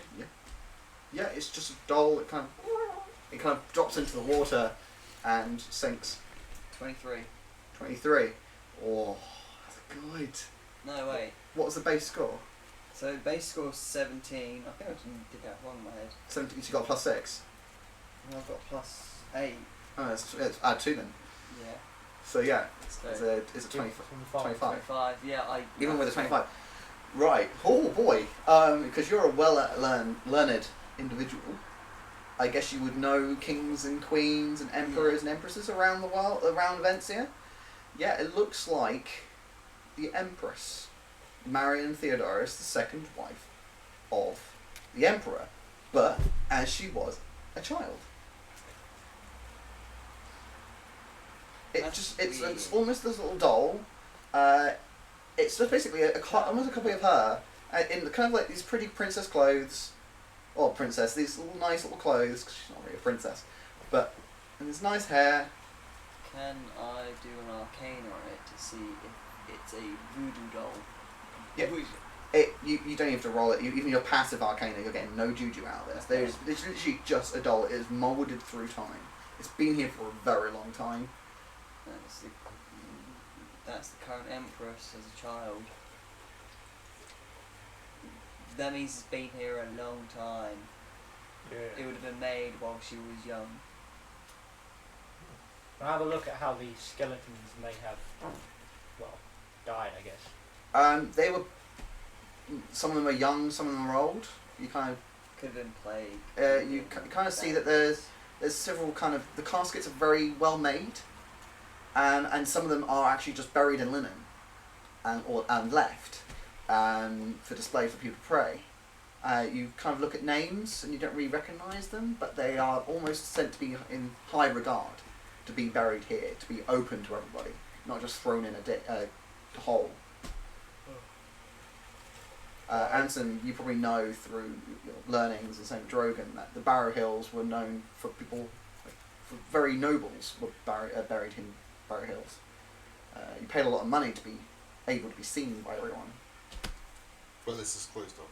But this one was buried, like closed off, and someone's taken it apart. Okay. But you got this door, and it's kind of closed. It's at an angle. Keep an eye out for traps, runes, all that jazz. Alright, no worries. Cool. You've got this door. Oh no. Cool. It's above the waterline, and it's leading. It obviously looks like it's leading further in to the ground. You said the door was all chained, yeah? Yeah. Right. Well, I'll get the chains off of it. You see the chains, and you hit them, and they just they weren't even locked. It was literally just looked like they were. Oh, alright. Strongman mode. Check the door just in case there's... Yeah. Perception if you want to. And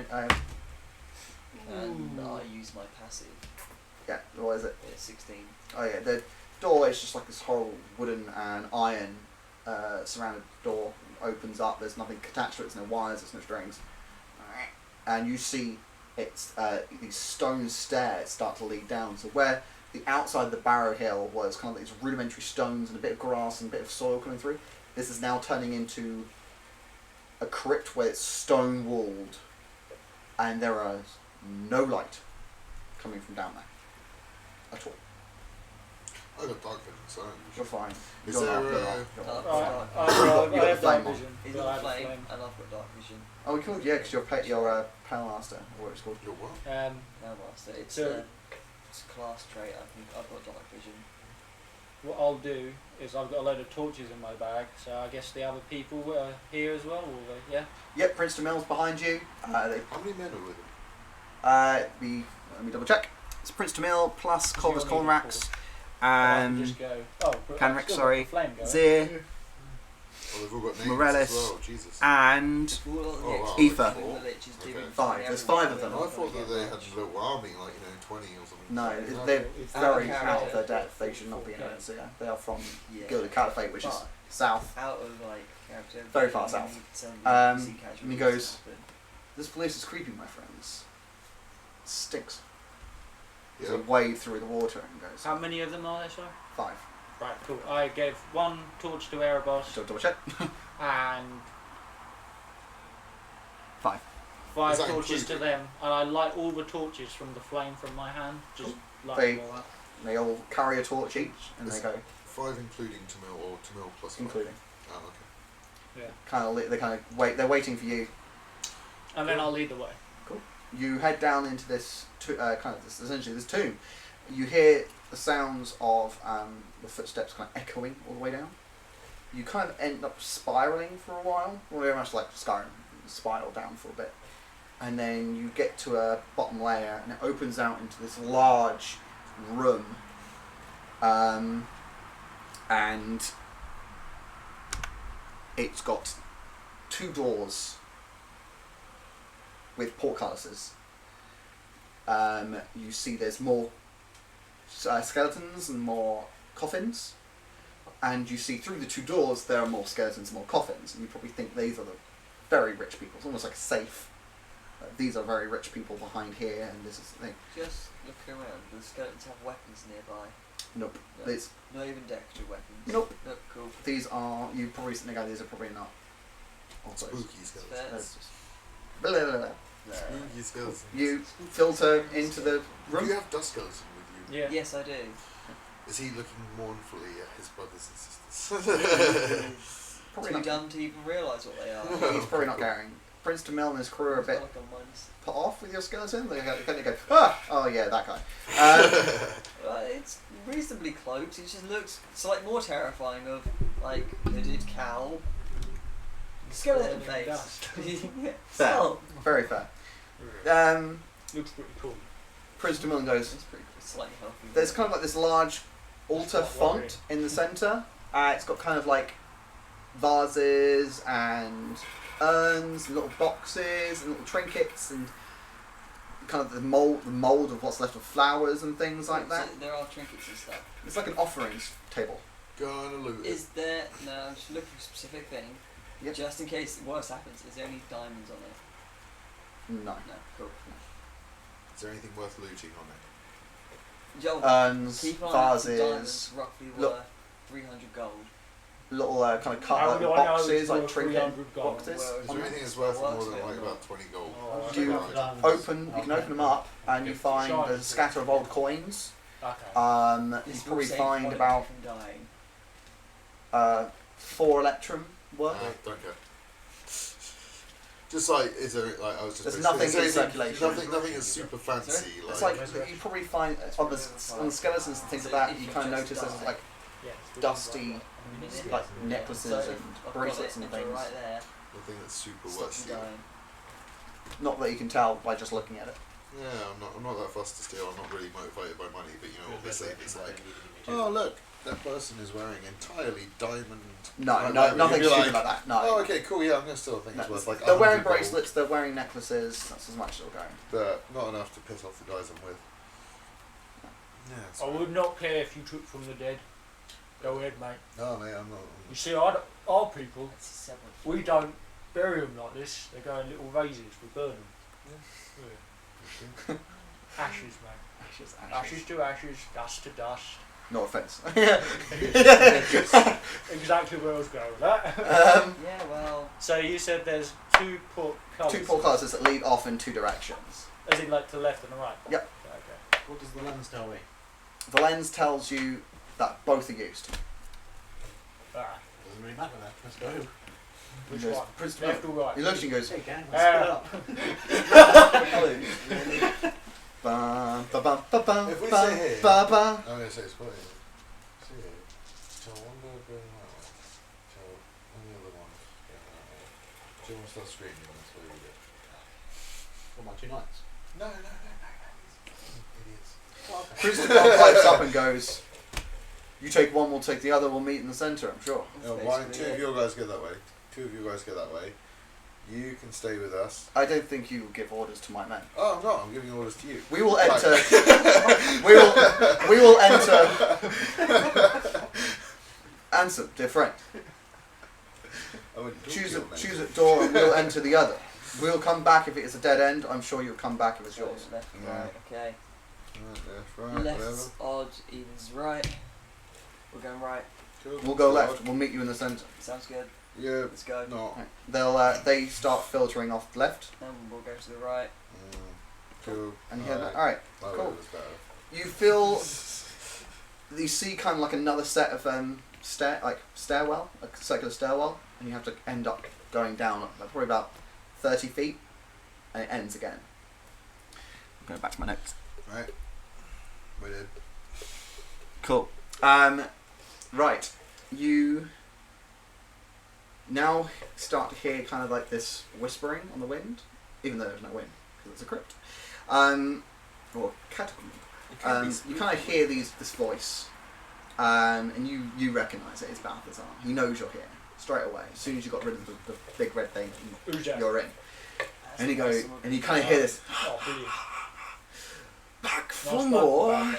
I don't remember. Good. I'm sure we could have fun with you. Bad bloke. We've got to get here Call first. him down, he's probably Were you gonna there take the us first forward. time? Yeah, I was there. So For call I him was out kind of that way. asleep So I ain't at the really point. insulting, But I mean, you guys not told me. insulting to make him So talk bad it's you person, that he insulting recognises. more or less. Goes, Just I remember lots of you. You made a lot of sacrifices, but 2 of you have not. Interesting. I'm sure I could take more from you by the end of today. Definitely. And you hear Balthazar's voice kind of around and goes, if you can end up to where I am, we'll see how it goes. You have to get past my friends first. And you hear this I didn't think of a noise coming from behind you. And he goes, 2 Coward. teams, first one to get to me wins. Wins what? One who doesn't will get killed. Killed by what? You're against the clock, boys. And that's I all think you we're hear.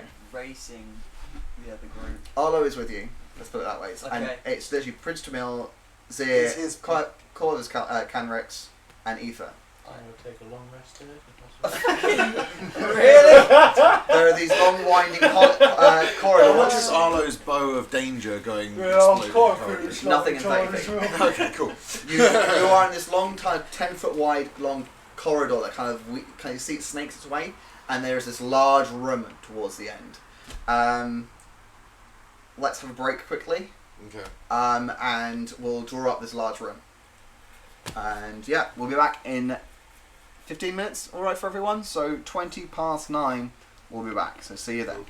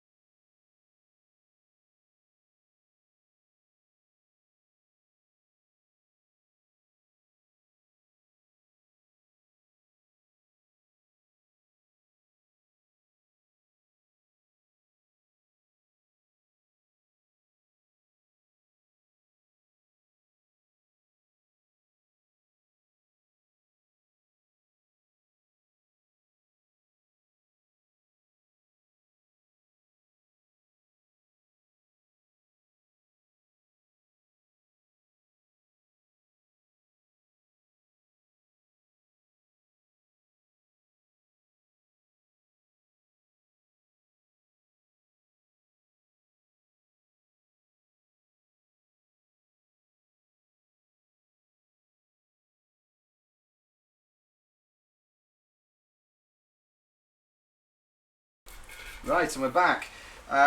So, those obviously watching the Liches and Witches Ragtag bunch. Currently, our players are now deep. Well, I say deep. They're on the second level of Balthazar's Catacombs.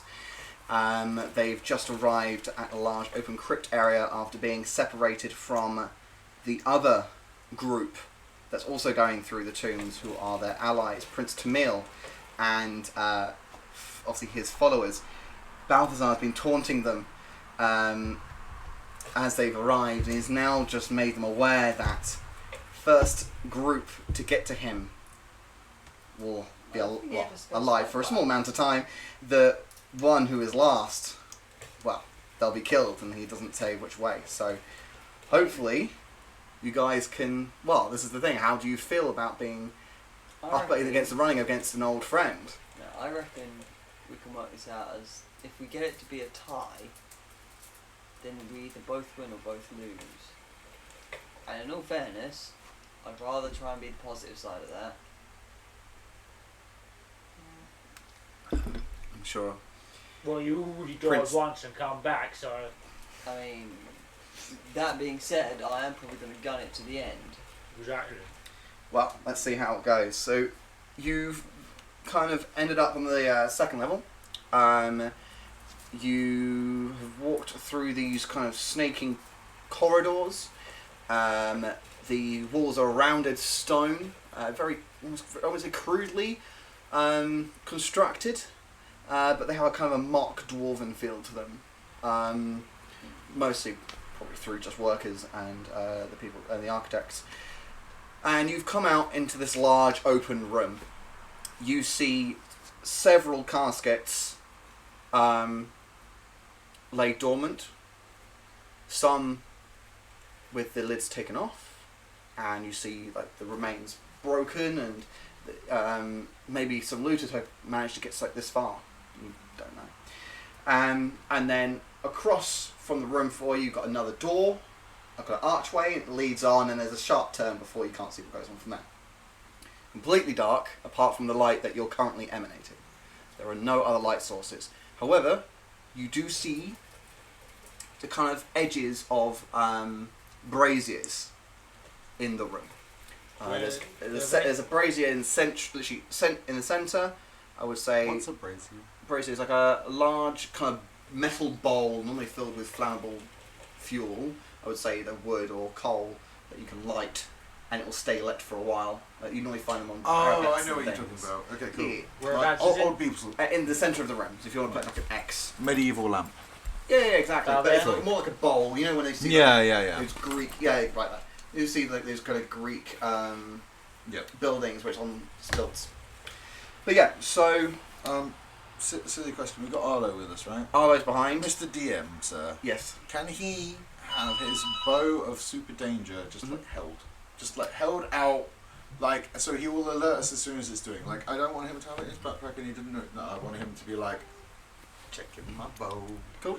Checking my. Is that alright? Yeah. Cool. He's using it. So if anything comes within 30 feet, Yeah, you'll alert us immediately. I'll let you know as he's kind of. Can we just give that to my skeleton to use? Yeah, you can. That way, from our character perspective, we're still allowed to use the item because we're not just playing with Jay's character. Yeah. That and Well, it gives it the advantage of actually having a magical weapon. That, as well as the second that danger does happen, I assume Jay disappears from battle or anything, whereas your skeleton will be in battle. So if he gets killed and then we have to shift you off, I don't want the thing to be lost with your It won't. dead skeleton It'll just- thing. Unless... It'll just teleport back into Arlo's hand. No, it'll just fall on the grabs it, floor, and I would remind someone to pick it up. Yeah. and Arlo would grab it on Yeah, his yeah, back. Okay, exactly. cool. Alright, no one does Arlo. Unless If the whole that's the thing thing. collapses down on us, then that's going to be a bit of a problem. Well, Can I I mean, just shoot that little mote of fire I've got into the brazier to see if it lights the room up? well, yeah. Cool. Our Yeah, you character, can cast it whichever quite far, works. can't you? So It's up to 30 feet and that's pretty much it. So. you throw it into the kind of the brazier. You kind of like cricket ball it. Yeah. Perfect underarm. Nice, and it lights up the room. What are the coffins sort of... What are they made of? Are they stone or wood? There are the ones, the 6 in the centre of the room, so centre in the main bottom of the room, are stone. Okay. The And 2 on the right are wooden. I'm just going to play with this completely. There we go, beautiful.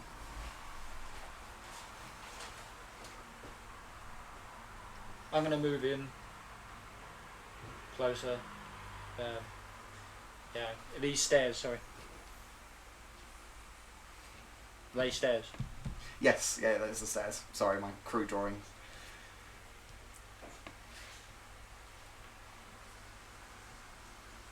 Cool. You reach the brazier and the door. This film appears in front of it. And then you hear a voice. A very familiar voice of Balthazar. And he goes, I think you've played this game before. But this is slightly different. Normally I'd ask for a sacrifice. Yet, my powers are not as easily to be used here. So I'm going to ask for something else instead. Put your hand in the fire, and you can go through the door. Oh. That sense. Thank you. What do you want? What do you think? I'll put it in there. Delivery This driver guy's a bit inside. screwy. £2 delivery fee. Oh, yeah. Sorted. Just be careful. Yeah, I'll just put my hand in the fire. Cool. You take 1d6 of damage. As So I take 1 damage because I'm fire resistant. nice. And you, the red film disappears. You see that as you put your hand in, the flame goes from a kind of nice orange to a brilliant blue. As it licks around your hand, you feel it kind of sizzling away. Not as much as a standard human would, obviously being fire again, say. But then it goes back to its orange flame. When he pulls his hand out, is his hand still on fire, or is it? No, he obviously it was just burnt skin. He can't set the fire unless he wills it. No, I'll just make another mote of fire in a minute if I need to. Alright, fuck it, I'm gonna be the one that takes the risk then.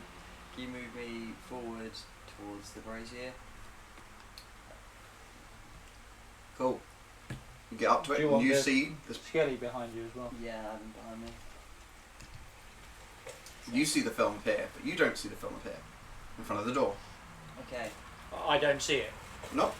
Alright, well I'm probably going to walk towards the door then. Cool. Move yourself 2 squares. As soon as you step in that square, Balthazar goes, don't be so hasty. Yeah, you said to put my hand in the fire and I'll go through the door. Alright? I mean, you were quite literal with that. As a wish. And you can continue walking. Be careful. As soon as you hit the last step and kind of almost pass through the threshold, you 2 images appear. One out of the middle coffin on the left hand side, my left, and one out of the coffin on the right hand side. Your choice. Your choice. Images. Of which coffin? The middle one on the left hand side, if you can put a character there please from the box. Any character. Your left, their left. My left.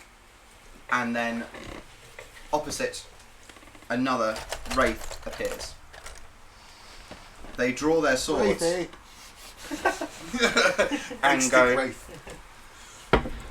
And he goes, a good. Oh my god, the massive stick guy. All right, he's not got a stick. He has got a longsword, however, and he goes. A good team must always stick together. Be warned. And the wraiths kind of open up their mouths in a horrible kind of shriek. Let's roll initiative. Okay, if you say so. I mean, it's better than last time, I guess. What do you get? Right, what did the dust? Oh, let's go. Anson first. 14. Cool. Erebus. 5. Nice. Gink. 8. Salazar. 12. Gerald. 17. Drogon. That's for me. 22. 14 plus 3. Oh boy. 17. Oh boy, I get to go first again. Oh boy, what's he gonna do? Oh boy. Duskism. 17. I didn't forget what we just said. 17. Yeah. Oh my gosh. And the Wraith will go. Hopefully 1. Very close. It has a 1 in it. That's like half the numbers. Minus 1. Minus It could- 11. In theory, technically, could get a minus 1. Oh yeah, I got a definitely. 0. Right, I got cool. 0 today. Drogon. These two ethereal images. Oh, sorry, I've got my food in there. These two ethereal images appear in front of you. This brazier is kind of flicking away. Ethereal. Ethereal. Is that what? As in these Is ghostly that visage. what wraiths look like? I have no idea what a They're wraith little things is. for ghost. Okay, these two Okay. ghosts. Which one? Right or left? Left. Left. This guy. My left. Okay, that guy. Okay, so big blue. Big blue carrying a sword. That's Drogon. Okay, but like I Whoa. can see spooky heart. Why? Yeah, sure. Why not? It's got nothing. It does nothing to it. It's just it shows how angry he is. Oh, okay. I mean, what do I know about wraiths? Roll history. Or arcana. Pick one. Pick one. Oh, they're both the same anyway. So 20. Cool. You know that they're undead. They are Do I know evil any in nature. weaknesses? No. I would say that you 20, I know don't that know. you know that if you just stabbed it with a normal sword, it'll probably go through it. Okay, but like word magic-y things, but like Yeah. fire and stuff like that work. It doesn't require holy water to get rid of. No, you need magic to deal most damage to it. That's all I can really say. Okay, cool. Alright, and I'm still like chilling in the doorway. Well, chills with my killing friends. Cool. Let's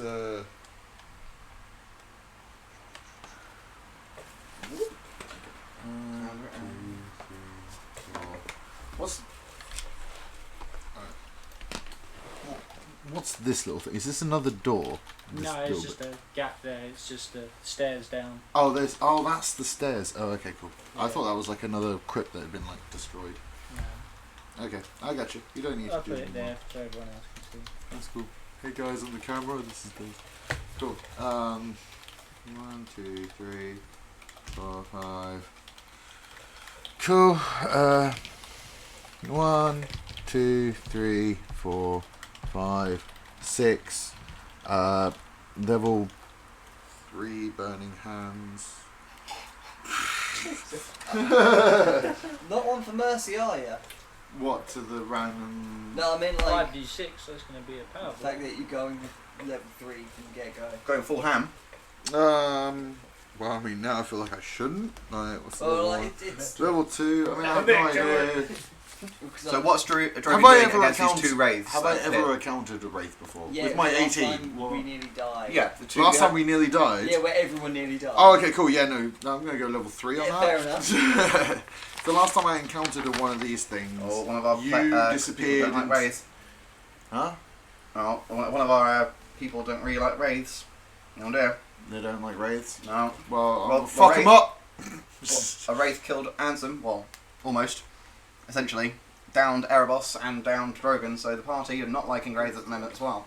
Cool. So, Alright, what's so- Drogon's third level burning Third hands? level burning hands. Each creature in a 15-foot cone. Dexterity saving throw. Cool. He fails. Okay, cool. So 3d6. So 5d6. Right, roll it was 5d6. Yeah, the No, players don't require like that everyone's either. d6. How many you need? 5, so I need 2 more. There's the dice box You down probably here. keep those 2 5s. Oh, this guy's been rolled. Oh dear. Cool, that's a yeah. 6. 6, 11, 12, 15, 19. Another one of our watchers is saying, reason with the Lich. They're open-minded creatures. Yes, they are. But they this is recently a went wraith, so I'm going to fuck him up. Assholes. Well, they went against Balthazar previously, and he was a bit merciless, wasn't he?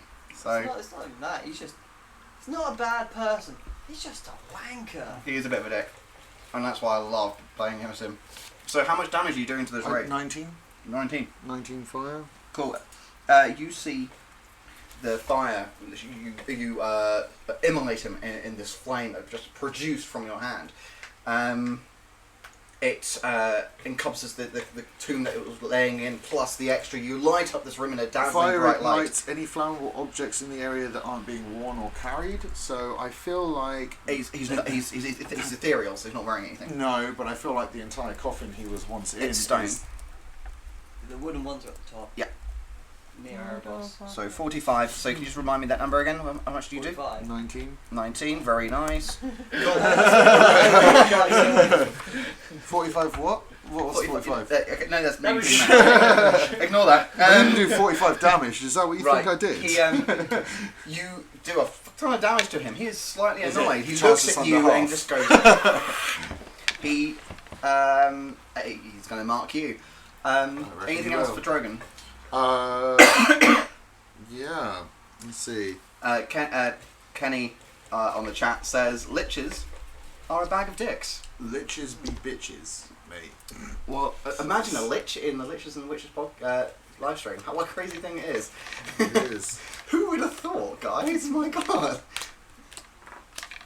It's almost Cool. if we have a lich with a witch, it'd almost be as bad as having a dungeon with a dragon. Oh crap! Just What? imagine a lich being a part of a witch's coven and how powerful that coven would be. Don't. Isn't that just the plot line of fucking American Horror Story Apocalypse? Probably. I don't know. I don't know. I haven't seen it. Highly recommend. All right. So, anything else for Drogon? Cool. Yeah. So I'm gonna use 2 of my Thanks for sorcery the follow, by the way. points. Huh? Sorry, just saying. So you can use 2 of your sorcery points on. I'll use a firebolt on this guy. I assume that I've noticed that damage is doing damage to damage. Yeah, there's definitely damage occurring. Cool. Alright, then I'm going to use that. I'm going to use my firebolt on him. That's a cantrip, yeah. Yeah, Cool. yeah, it is. It's fire, fireball, bolt, fire, everything. It's so many Make a different ranged fires. spell against target, so 14? Wizard ones. 14? Spicy. No. No? It flies off through the witch. Lich. Nice one. Well, that seemed absolutely Wraith. ridiculous. Goes through the wraith. Right, okay, it Hey goes guys, this one kind of goes to the dust skeleton. Sure, that one, alright. Ansom's procured. So he's gonna turn and fire the one by Drogon Right? Right. for match. Yeah, that is something. That is for a 14. Does not hit. Does the bow give any pluses that I need to know? The bow. Yeah, Arlo's magic. It just gives you the warning if there's creatures in front of it, Cool. which is now obviously radiating like the 4th of July. I see. Bit late now. An attempt was made. Cool. Gerald's turn. Cool. Forgot which one the joke was. The one with the double swords. Cool. 1, 2, 3, 4.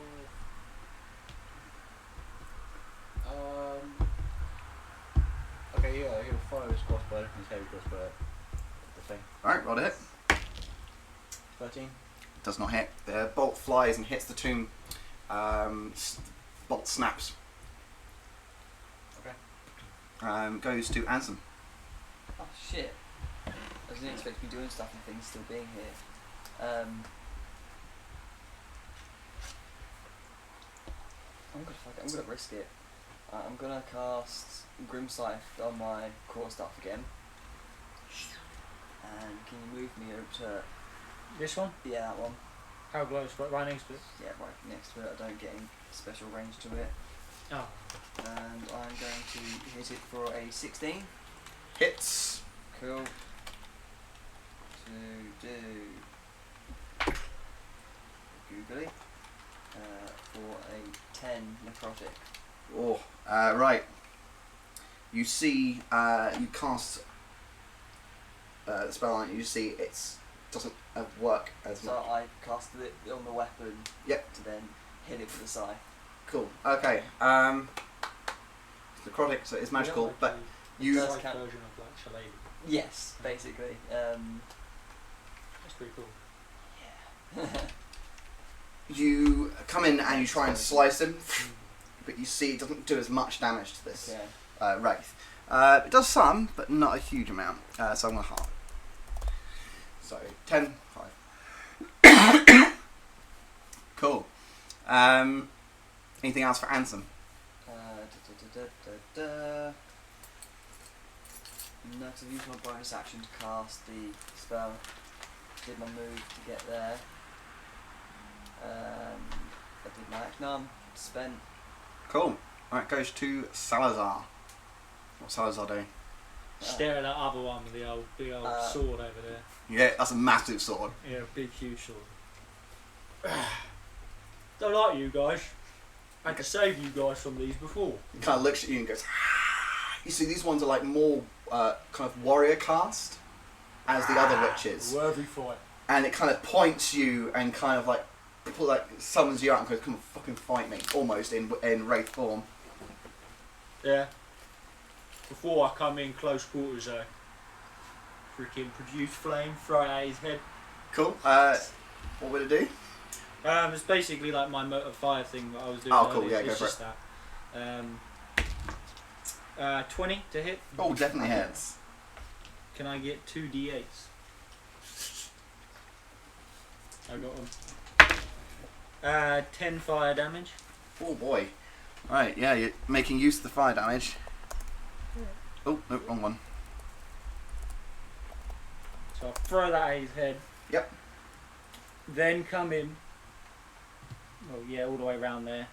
Right up close, up front with my halberd and just wait for him because that's my turn. Yeah, he marks you out and he literally draws his sword. And he's almost kind of getting ready like a warrior's defensive pose to attack you. Anything else on your turn? No, I'm not going to enter rage here. Cool. Well, it's their turn now. So the wraith is going to repose against you, and he's going to attack. He gets.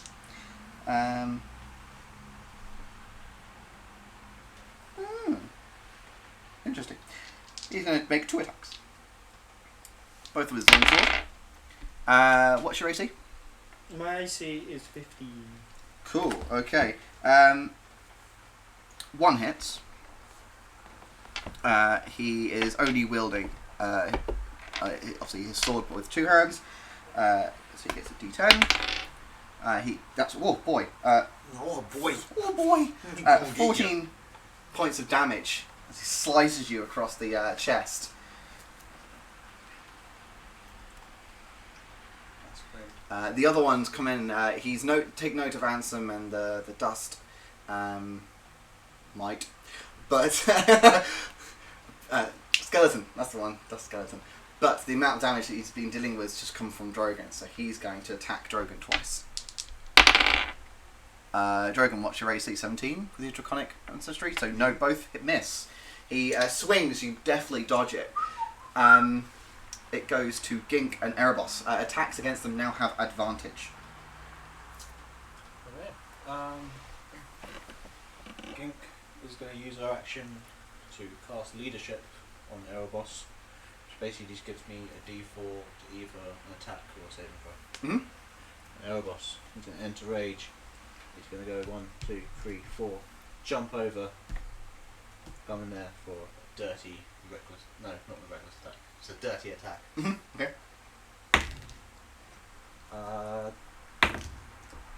So the first one, 13 plus 8. 13, but definitely hits.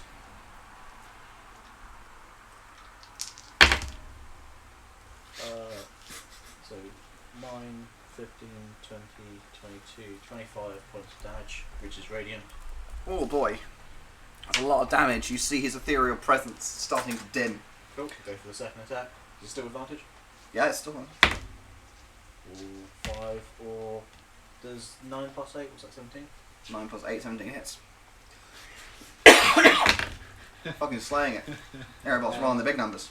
9, 14, 16, He 19 points. You bring in your hammer, your mighty hammer, and as soon as it makes contact with his ethereal presence, it explodes in radiant light.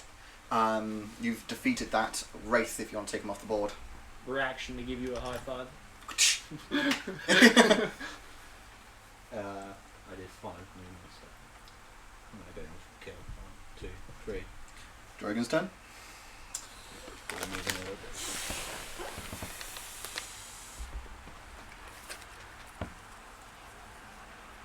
I mean, fuck this guy. Fuck this guy real hard. What do I have that will just Thank casually goodness fuck not this PG guy? 13. Huh? Thank goodness we're not PG 13. Rogue. Blood Very on true. walls. Barn collapsing. Yeah. Drogon. Yes. PG-18. Yeah, PG-18, did you say? PG. R-rated. Somewhere 18. between R-rated and PG. How healthy is this guy looking? He's It's looking a ghost. alright. It's a ghost. It's a ghost, so It's not, still there. not the overly good health look. Cool. Go get him. Get him. Drogon. Get him. Go on, get him. Yeah. Get him. Do you Fuck know him what? up. Fuck him up, mate. Just fuck him up. Do I even have a level 1 fuck you spell? Burning Hands at level 1. Alright. Yeah, if I get Burning Hands at level 1 then. Cool. I make a throw. They Dexterity. fail. It fails. Cool. Thank you. Right, see you soon. 3d6. Oh yeah, it's these ones, isn't it? I was like, what does a d6 look like Here, again? you got this D6 a strange shape one. Oh. No. No, is it all ones? No. No. No. 1, 1 and a 2. One, Yeah. 1 and a 2. Yeah. 4. Vegas. Vegas, come on. Must be 4 with damage. 4 damage. The Wraith looks at you as you kind of have like a little fart of fire come out of your hands and goes. And he swings up his sword ready to cast it down on you. Motherfucker, I don't want to use up more sorcery points, but now he's taunting me, so again.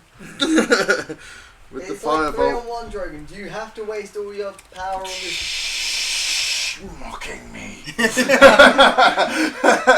that to Balthazar. Yeah, cool. So, right, am I going to hit you with this firebolt? 19. 19. Yeah, definitely hits. Okay, cool. Alright. If you can work out my inspiration for Balthazar, almost with his laugh in this tomb, you get an inspiration point. Do the laugh again. I can't remember. 2d10. I'll do it after this bit. 'Cause he'll laugh. He'll be laughing. Yeah, everyone will be Yeah, laughing. yeah. Brr, brr, brr. D10. Cool. Big money, 15. Oh boy. He's still going, but he's looking a bit shit. His ethereal presence is very dim. No, it's because he's a ghost. He's a ghost. Dust Skeleton, there's nothing else for Drogon. Nothing else for Drogon? I mean, I've literally used my sorcery points, which is my bonus action. I've used my main action, my bonus action. Cool. Is there literally anything else I could do? Interaction. Sneeze. Yes. Dust Skeleton. He's going to shoot us with a bow. Do they get the does the bow get the advantage or not? I assume so, yeah. Yeah. Wait, hold on, let me read it. Attack rolls, yes. Okay. So it starts for its next turn. 18. 18 definitely hits. Cool. One of our chats said just make sure you don't cross streams. 3, that's 8 magical. Right, just like the worst person in Middle-earth roleplay, it explodes as soon as the arrow hits it. You've killed the Wraith.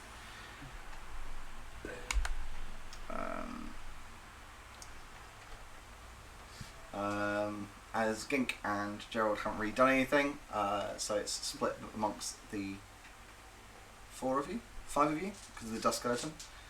Dust Skeleton doesn't get XP. Okay, 4 of you then. So, yeah, 1400 divided by 4. So that's 350? 350. 350 XP as you kill this last Wraith. You hear the wasting your energy, yes. If you keep at this rate, you'll definitely be last to get to me.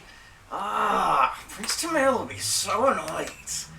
I did such horrors to him in Wonderland, and to hear his friends have died because he got here first. It's just as I want it. You're the merchant from Resident Evil 4. Oh, it does sound like him. But that's exactly what you sound like. I did. What are you buying? No, what are you buying? Yeah. I want to Do I say get it's my not like inspiration Freddy. point now? I want to say it's like Freddy Krueger. Someone's laughing when he's in the dreamland. He's like, it's almost like using that echoing laugh. Yeah. I was going to go for a Freddy Krueger vibe, not gonna lie. I like Freddy Krueger. Sorry, so you, the red film seems to disappear. How many points was Salazar, it? 350. Salazar, you notice that your hand is burned, but you kind of feel like an energy coming off it. Feels weird to you. And anyone else put a hand in the fire? No, I was going to, and then Everything Reds kicked off. popped out. Fair. Cool. Okay. Right. That's that room done. What do you want to do in the room? Leave the room. Do you want to try Leave the room. Try the door. Go towards that door. Does the door work? No, it's just it's an archway. The Alright, film's sweet. gone now, and you're able to go through. Fucking And run! the Light corridor up another snakes. moat. So Actually, I can wait. See, leave the one. Are the weapons still there? No, because I assume they're all. They're all ethereal. Okay, I was double checking. The Rangers died. Oh my god. What's they doing? Oh yeah. So dum dum dum dum. You continue on for about 20 minutes of constant corridors just snaking their way through underground. And you come back to a large room. It's more of a kind of a longer room, and you see these kind of slits throughout the room. Probably the slit is probably around half a foot wide, and they're every 5 feet. And I'll lob my torch down there. Cool. You throw your torch and it illuminates. Why'd you throw that? You see, as you throw it, it seems to tumble against various, almost looks like a string. And you see it snap, snap, snap, and you see a as a scythe comes right through the room on the grider, on the tracks, and then as your torch hits the next one and lands, it causes 3 large scythes to come across, and they slowly end at the centre. That's what. Yeah, but I could have just done this. You then hear this. Go pick it. No. There's another torch. I'm Yeah, picking the torch. trying to find my notes. Why do That's I right. need 10 torches to start with when I could just make fire?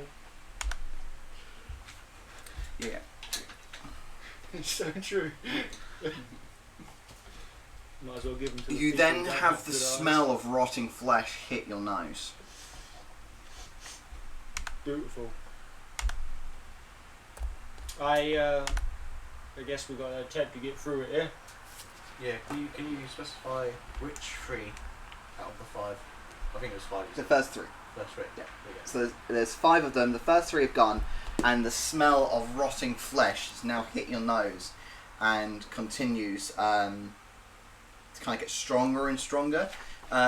Anson, with your passive perception, you hear the sound of footsteps Is it coming from front or behind? from in front of you. If we can, Adam, if you're alright, can you just clear off the people? Draw a 50 foot long corridor. 50 by 15. A 50 foot long corridor, 10 foot wide. So Kenny's very quickly becoming my favourite person. I think if you use What is the it other right side of the sponge. Quickly, get me more torches! Yeah.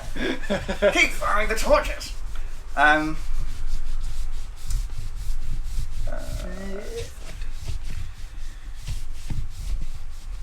I wouldn't need the sponge if I had a Try torch. use the other side. not my bloody house, you don't.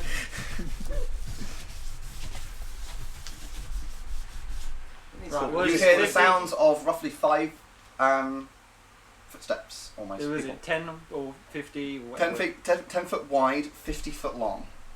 Okay. I thought it was 15. Are 50. they It's 5 of them, 10 foot difference. are they shuffly like feet sounds, I or are would- they like active running ones?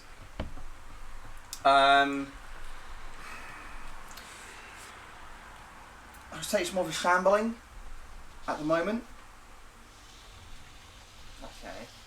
I'm right. Where are these little things? Just so I know. So the first one is in the first 10 foot, and there's like a so in front of you Is it here, like at the 10-foot mark, or is it between? at your end. Apologies. So your end. So that's where the players are coming from because it's just easier because you've got everything there. So if you go 10 foot, Yep. and add a line, that's one axe. So we go like that. Yep, and then another 10 foot. Cool. And another 10 foot. Cool. And then there's another rail that which the axe has not dropped. There's this one here. Yeah. So I'll just do this for a second. Cool. And then the next one, next 10 foot. Cool. So that's basically the corridor of the axes, and then there's a larger room at the end of that. I'll quickly come up and draw that because as soon as you get that. Oh. Ow. And yours has a good idea. Make some pittings with a hook or hook, depending on how you end up in an adventure, like a mine. The torch is now, And lights Uh, go. due to the dampness of the floor, is being put out. So you can't see what's in the room. Dark vision people who can see longer than 60 foot. If you want to put you guys all at the end there, you can see. We're this side. Yeah. I've got all 60 foot basically. So if you've got all 60 foot, Yeah. You I've can got see 60 foot. 5 humanoid-looking creatures, ghoulish, well, ghouls exactly.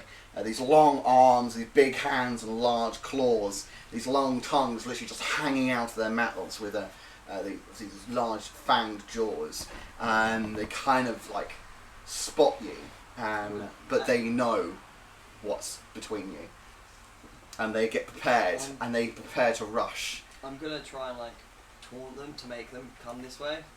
Cool. Okay. Do we need to do any rolls for it? Roll whatever you want to do to taunt them. Performance. Yeah.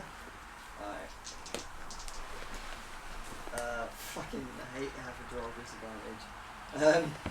I have an 8. Just so you know, one was an at 20. The other was an 8. Bad times. You see them almost assembling something, Shit. and they get ready almost. They kind of shuffle in almost like a V shape. I'm gonna like stand Okay. behind the other people. Cool. Let's roll initiative. Yeah, that's more like it. Right. So, Yeah. What'd you get? In total, I got a 21. Oh, oh nice. boy, Jesus. Same. Same. No, I got 20. I'm 21. Sorry, I'm Yeah. worded bad. Oh no, that's not right. I'm alright. What did? Oh, I still Oh, put 6. oh no. And So Drogon, what do you get? 21, you said. Yeah. Ansem, what do you get? 20. Nice. Salazar. 21. Oh, here comes the high rolls. Erebos. 6. Oh boy. Hey, what did Gink get? 13. And Gerald got 5. And what did the Dust Skeleton get? 7. Oh dear. Right. Okay. Well, first things first then. So Drogon and Salazar either have a roll off or take your highest. You can go Dexterity first. number. You got a higher dexterity than me. I got 18 dexterity. Yeah, you got way higher dexterity than me. What was your nat roll? My nat roll was a Penny 19. here is coming up with a load of good ideas. Yeah, it is. I'll let you go first. It's up to you. You can grab things. Okay, so that was I'm going to be mean and say if they want to read it, they have to go into chat. Well, I'm there. I'm reading it. I'm getting ideas. So Drogon, what are you doing? You see these shambling mounds appearing at the furthest end of the room. They seem to be preparing themselves. Preparing They just want to myself. give you a very aggressive hug. Cool. I mean, if anything, I feel like I'm just going to ready a crossbow. You have a crossbow? I do have a There's a crossbow. small crossbow. Huh? There's a small crossbow. Yeah, Oh, I hand have a crossbow. regular crossbow, yeah, I have a crossbow. I just go ready that shit. I don't want to use my magic yet. I can't see what the fuck's going on. Just So I'm going to just not do anything. You do see the ghouls. You see these horrible humanoid, You've got long-armed You're creatures. But they're You've fought them physical, before. unlike the wraiths. They are physical. And I'm more than aware that I have all this holy water I've just stolen because the big blah blah is the ghosty boo boo. So that was all words. Basically, That was definitely words. I don't know if it's the right order. Basically, these guys, I feel like I'm going to be able to take out with physical weapons, and Right. I've already used a shit ton of magic on the wraith. But I'm not going to let anyone know that. I'm just going to just stand there as the boss and be like, "What up, bitches?" And ready that action for, I guess, when they're. I want to say when they're in range, but I can see them already. Right? Oh yeah, you can see them with your dark vision. Yeah.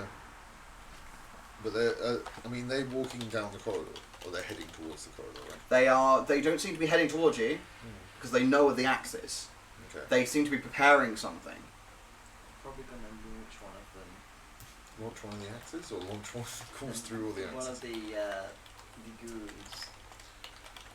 So they jump over the 2 tripwires, and then they can make a sprint for everyone at the other end.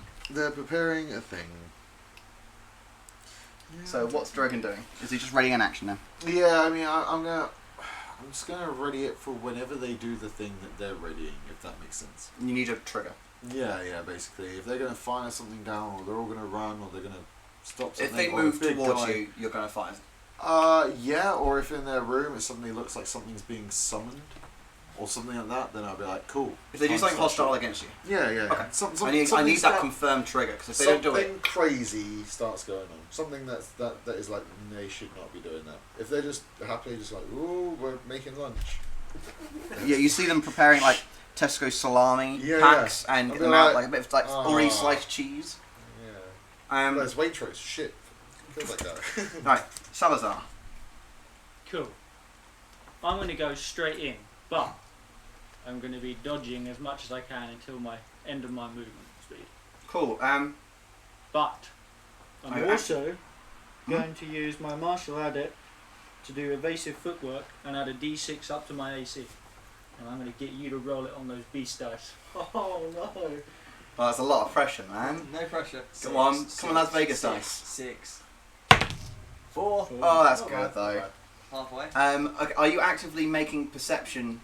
Are you actively looking, or are you just going barrel? I'm basically using the dodge action to basically dodge whatever thing's going to come at me, essentially. Okay, cool. You head down your movement, so just go as you monopoly dot it. 1, 2, 3, 4, 5, 6, 7, 8. Cool. So you come across and you feel what feels like string, like glass string, on top of you. And are you pushing? Obviously, you're going across that threshold, aren't you? What, this one here? You're stepping onto the next square, aren't you? Or is that 8 to the farthest you can move? That's as far as I move. Oh, you're very lucky. You stop and you see this long line of string. And then you see the it all connected to the axe. So you see it going as soon as it's broken. But you're aware of that. And you stop just in front of it. Have you read the chat, Stephen? Yeah. Yeah, he's asking if the whisper's open. I don't know if it is. I have no idea. I have no idea. Can't tell you. Yet again, I'm gonna blame Jack. How far away are they? Shit. No, can you go 5 characters for me, Chris? 5 characters out of 10. And if you place them in a rough formation around the end.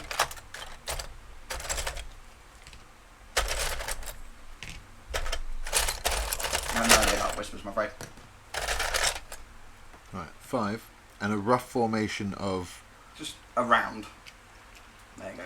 Kind of like they're looking down the corridor. They all know you're there. Cool. I don't like this. Do it. No, I would say There's no way to have someone in the centre. Why would you ruin that room? Right, okay, there you go. Okay, so, yeah, you see them. Yeah, how's this 6-inch hole? Where is it about? In the wall. Yeah. You kind of see it kind of like it's where the stone parts. There's like Yeah, a gap. so I will stay away from that as much as possible. Cool. Okay. They're kind of just sitting there, kind of like preparing themselves, kind of like licking their lips, snarling at you, kind of like preparing their claws. Yeah, Cool. shit. Ansem.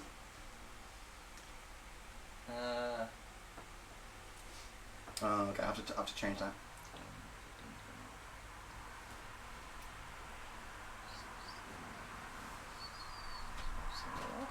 Yeah, you know what? Two touch can reach. Right. Salazar, watch your front. And I'm gonna cast Chill Touch at the one at the middle. Roll hit. For a 22. Definitely hits. Chill touch is a Attack. necrotic. Yes. It does. 12 necrotic. Cool. You see it not do as much damage as it normally would, but it does do a lot of damage. It does do some damage to its ghoul. So that's the one in the very centre, yeah? I'm going to call that number 3. Right. And how much damage did it do? It was 12. I 12, so yeah, 6. Cool, okay.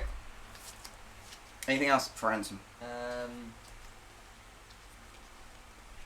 I'll command the Dusker to shoot an arrow into one when it eventually gets around to it. Cool, okay. Gink's turn.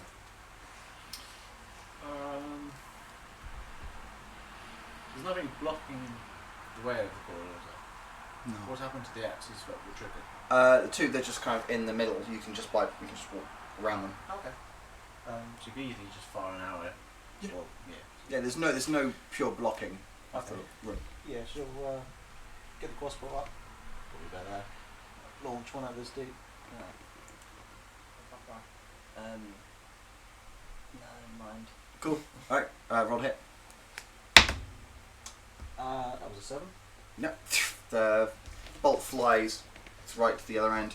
The ghouls kind of like snarl at you, and then you kind of like almost like you see them laughing, and they slink off to the edges of the room, past where you can't see. Is that all of them? Mm-hmm. One kind of keeps an eye contact with the Salazar for quite some time, and they move to the edges of the room. I would say a bit further in, so you can't actually see them. No one. Yeah. Yep, right into the edge. Right into the edge, right into the edge. Can you cast Fireball? Just questioning. I think he used his 3rd level spell, so Does he only have one? I don't know. Dust skeleton. Can you cast it?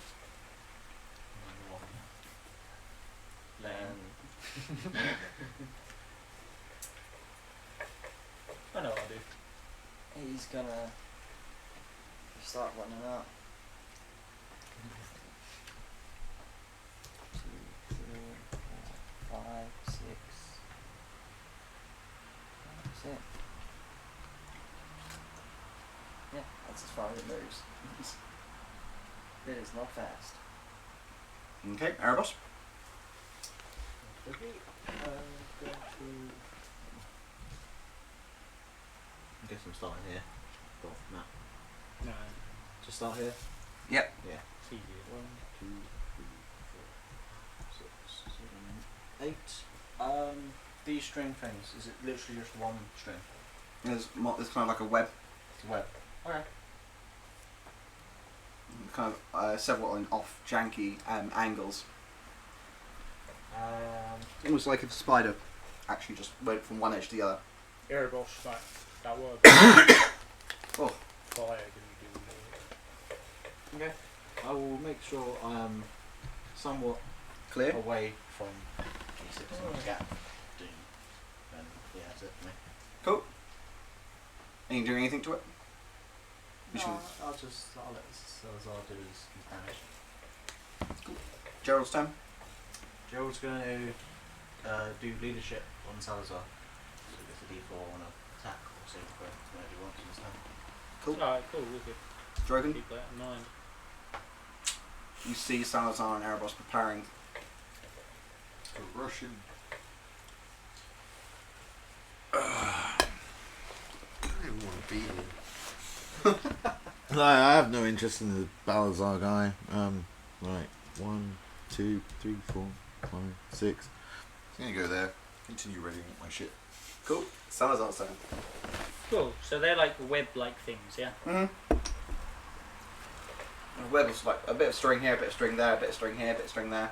They all kind of seem to like into kind of blah blah blah. It seems to be attached to like little hooks, Cool. What does it look like it's made from? like a glass string. Glass. Glass string.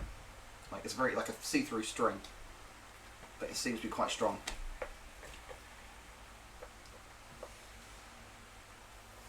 But almost invisible to the naked eye. But as you're actually standing in front of it, you can actually see it kind of like glisten with your torchlight. Okay.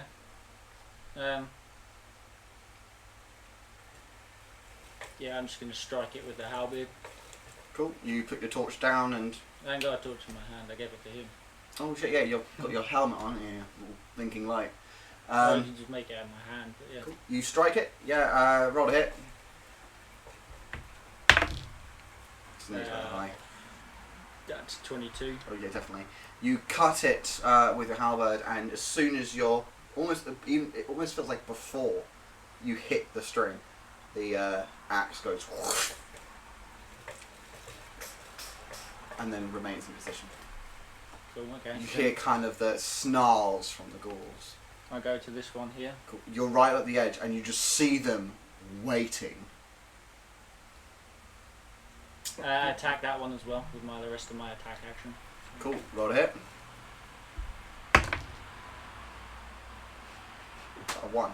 Yeah, it is. Yeah. Roll a fumble table away.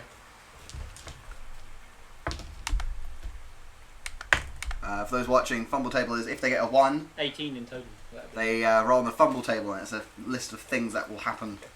So with an 18, they miss wide and hit a nearby object instead. I'm going to say that there is no other object near you other than the other bits of string. So I would say it still hits the string. Yes, And the axe lands in front of you. Maybe the axe hits the halberd out of your hand and you're kind of like, ugh, and a bit surprised by it. But as soon as the axe stops, the ghouls' eyes just go black. And part of their ready action is they pounce towards you. Cool. Okay. I'll wait for them to get exactly close, and then I'll enter rage. Cool. They're gonna literally fucking dogpile onto you. So can you move all the ghouls onto? You won't be he able can't to. attack around the corner, so he'll go there. There'll be one next to him because he'll go around the corner, He'll go probably right there or Oh, something. okay, yeah. and they'll literally dogpile around, and one guy will be left behind. Cool. So Salazar, they'll make an attack against you That first, seems pretty and aggressive. then you'll use your rage. I will go into. Well, I just use my Yeah, bonus I feel action like to that- go my into ready rage action's as going soon as first. they pile in. Cool. So they all take 3 fire damage. Right. Cool. And- Sounds oh, good. and you take 3 fire damage as well. Does my ready action like trigger as soon as they started running? you Before wouldn't they have started seen- attacking? You wouldn't have seen them coming out of the signs. To you wouldn't have been able to see anything. The only thing you would have seen is then Salazar getting lynched. Suddenly, as Will I these not ghouls see this appear, guy have already run down past it? It would be all at the same time. Okay. So I would say they attack Salazar first. He then enters rage, and then you do your ready Okay. in that order. Right, let's do it. So they're going to come in with a fuck ton of claws. First one against you definitely misses with a 15 because you've got a 16 AC. I got a 15. Oh, they do hit then. I thought you had me being nuts. Right. Okay. Cool. That is 9 points of slashing damage. Can you make a Constitution saving throw? That's the first one hits you. That's a 16. Cool. As the claw digs into your skin, you feel this kind of horrible cold come across you, but you manage to kind of shake it off quite well. The next one's going to slash you. He also hits for 8 points of damage. Make another Constitution saving throw. 17. Cool. Nothing happens. Next one misses. The other one is going to try and hit you. Hits for 13 points of slashing damage. Make another Constitution saving throw. 13. Constitution saving throw. No, the saving throw is an 11. That still passes. Believe it or Yeah, not. but was the damage 13? Yeah. Yeah, 13. Yeah, sorry. Brain Cool. loading. The other white's going to go after Erebos. Hits. Don't even need to question it. And you take... You don't take any fire damage, Erebus. 18 points of slashing He's down. damage. Wait a second. You don't take any fire damage. Okay, I don't take it, but I take 18. Is that 18 points of slashing damage as this one Jesus Christ. claws across your face. You need to make a Constitution saving throw. Okay, give me a second. I'll do that first. 18. Cool. You feel the cold come over you, but you manage to beat it. Now it's your rage. Nope. No? No, I'm unconscious, dude. Oh shit! Oh yeah, they fucking... they fucking dogpile you. Okay, it goes to Drogon. You see Salazar get dogpiled and run over by all these ghouls. He's got his ready action. I already readied my ready action. I was waiting for a move to roll. Yeah, so Already it's on fire. That's what I'm asking. Right. Cool. Which is a D8. Against which ghoul? The one that's closest. This guy, obviously. Yep. Cool. I got a roll to hit, haven't With a firebolt. I? No, it was actually a crossbow. Oh yeah, just roll a hit. Yeah. Standard hit. Was it? Well, I actually originally rolled a 6, but I rolled a 4 that time, so 11. Definitely not. No, the No. bolt hits the back of the wall. Cool. My turn to get involved, as one might say. It's Drogon's turn Yeah. now. Cool. No, Anson's turn now. You had your turn readying your action, and then Salazar cut the string. That enabled your ready action, and now it's Anson's turn. Okay.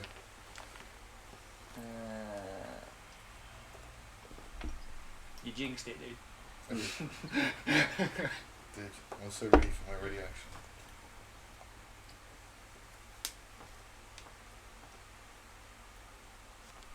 Okay. I'm gonna go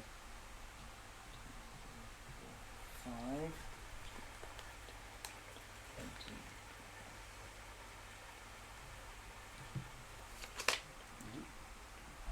Yeah, she should be in range.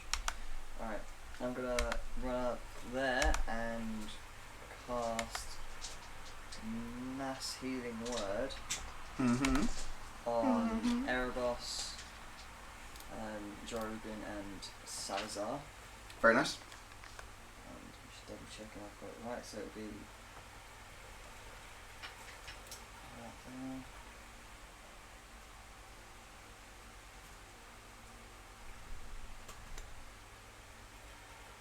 Have you ever seen the film The Core? The train. Yeah. Not the train, the thing where they go to the planet of the Earth to detonate some nukes and make it start again. Yeah. Yeah. I think That's Film 12 12 to hit. healing. Oh, 12 healing on Salazar. Very nice. Salazar, 12 to hit Erebos and everyone. Drogon. Yes. I was My like, power of healing. I was about to say, I was like, Fuck hold on, them. what? So, Does that affect my hit point maximum? No. No, it doesn't. No. But- You are still, because you've not taken a short rest or a long rest, affected by that hit point maximum. No, I think you two got hit with the... Just you? I did. Oh, I You got too. hit by the hit point maximum reduction, yeah. Okay. Cool. Okay, anything else for Anson? as a bonus action, I'm going to cast a cantrip of Grimseye. Nice. And that'll be it. Okay. Gink. Can you fire down an arrow down there? Or is it too... It will get a bit of AC buff. Okay, you should just give me the leadership thing. D4. Okay.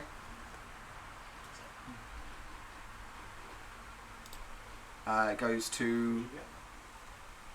Well, I'm awake, yeah. It goes to the ghouls' turn. They're going to all now dogpile Erebos. Any that can get past will go to the next available person. So I'm guessing he was That person will stay. That person will stay there just to make it easier, and they all just surge around. Okay. So Like that? yeah, There? just put them as far in as possible. That they dogpile Erebos, and if it's all fill up, so yeah, and then the next person will go across further to the other side and attack the dust skeleton.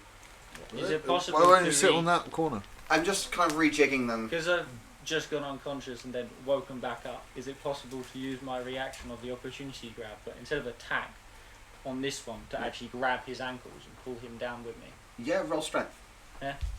Heal contest. Oh, for fuck's sakes. Go on, bring it. How much? What do you get? In total, it was a 7. You bring him down. He failed so badly on this roll. He slams straight down into the ground, and yeah, he's kind of kicking you. Cool. Goes to the ghoul's turn. So we've got 1, 2, 4 hits on Erebos. First one hits. Second one hits. Third one does not hit. Fourth one does not hit. 2 con saves. So 2 con saves, please. Okay, 17 plus 6, Fine. and exactly the same. Right. Okay. This is the first one. 10. 21 points of damage plus 7, so 28 points of slashing damage. 28. As they dogpile you. How crippled are you? I am bloodied. Yes, so am I. I We look do at that. both of you, I'm like, I'm glad I've still got my first level spell slots. Wish I hadn't burnt the third. That's the ghoul's turn. The one on the floor is, as it moves, got tripped up, so it's spending its turn on its back, basically. It's going to try and claw at you, but it's going to hit this one. Thank you, He's dude. on the We're floor. both on the Oh, floor. you're both on the floor, yeah. So, So it rolls normally, but still gets really crap. Right. Oh, that smells so good. Where did you order from? No, Slice? I'm all right. I've got a burger. John Slice? No, I'll be good. Have you not had your burger yet? I will eat it. All right. It goes to Slice? the dust skeleton. Alright, Slice? yeah, I'm sorry. Yeah, go for it. he's going to run up to the closest one. And like the champion he is, I don't think I can eat any more pizza today. is going to bring up his amazing short sword I had and so much cut earlier. down that one. Cool. Didn't go with the chicken Kievs instead. I was just like, pizza. For 14 to hit. Hits. Okay. I've fucking lost the order of all these ghouls. Oh my god. For a grand total of 4 slashing. Like the champion he is. 4 slashing. Which one? Is this the one with the bow? Yes. I'm trying to remember the fucking order they're in. That one was on the right hand side. -4, yeah? Yeah. Cool. Slashing? Yes.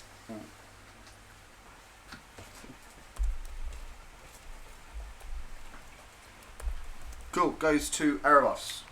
Erebos, you are swarmed by these ghouls. They're gnawing and slashing at you, wanting your flesh. They're hungry. Okay, well, first I'm going to hit the rage, of course. Yep. I'm going to recklessly attack that dude with the spear right in front of me. Cool. Roll it. Try again. Oh, no. See that? It's a nat 20. Nat 20. I'll let you keep it. I'll let you keep the nat 20. Because I'm a benevolent DM. I'm a benevolent god. Vegas dice. Oh! Is that good That's or going to bad? be doubled as well. Yeah. I'm guessing he's got more than 17 HP. Yes. Okay. Right, so 17 plus 6.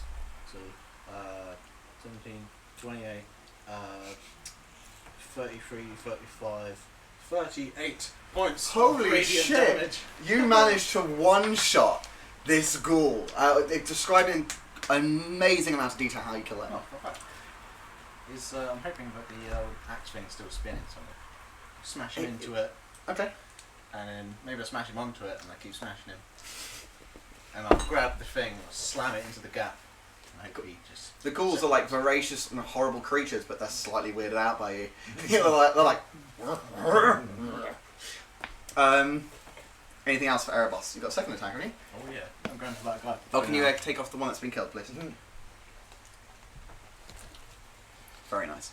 Alright, next guy. Run away. Which one are you going for? Bow or the guy on the floor? No, the guy with the bow, just right there. Cool, roll a hit. That'll be good. Maybe later, save me some later. Hot or not? Nice. Hot or Does not? 17 hit? Yes, hits. 10, 15, 17, 20 points of damage, which is radiant. Nice. Alright, so this one's D. D. This one, Is he still alive? 20 points of radiant, did you say? Yeah. He's still alive. Okay. Alright, goes to Gerald. You got anything else to do for Erebos?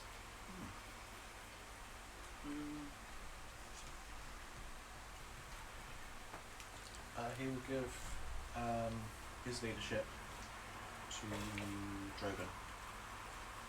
So on your next go, when you make an attack, you can put a d4, add to the roll. Add to the damage or add to the... The attack roll. I probably won't need that. No? No. So then, I mean, look at them clustered. That definitely seems like a saving roll. oh, okay. Okay, goes to Possibly for you. Drogon's turn. Yeah, it's going to be a saving roll. Oh no. Oh yeah. Yeah. To be fair with you, I was pretty much going to do the exact same, but this way. Yeah. I'm like, so is this guy still alive and just laying on the floor? Yeah, he's yeah, I'm prone. a bit of a basically nap. grabbing his legs. Alright, so do I Need to want a make a, Burning Hands or Thunder Wave? Which Thunder one Wave. is going to fuck everyone up painfuller? It's Yeah. insane, right? 84. Is this for his lingering injury? Lingering injury, yeah. Right, I just want to throw out. Yep. I got healing on him Oh. within 6 seconds, It's very true. and it's magical healing, so What, I don't know if that would offset it. For the, Thunder Wave. so it's a D20, what did you roll? A D20. Oh yeah, sorry, I said D100, didn't I? It's an 11. Horrible scar. Oh, that's fine. Already got about $1 billion. Yeah. So, What's Drogon doing? Right for the list. it's 15-foot cube. So if I move here, that hits All of that cube. Not you though. You're on the No. floor over here. Just these three and you, right? Yep, do you get Erebos, but you, Sorry. I really that's- want I'm to sorry. carry on holding this guy's leg. If he fails this, it's going to be highly amusing. Right, so I'm making a load of wisdom saving throws. Or con saving. Constitution. I am. How pissed off am I with these guys? They haven't actually done anything to me yet. So just I'm just going to do it at level 1 actually. Alright, so I'm going to roll wisdom. So Constitution. let's do it in order. Spear guy. Fails. What's the name? Which one's spear Bow guy? Passes. Doing com. 15. Constitution. Spear guy fails.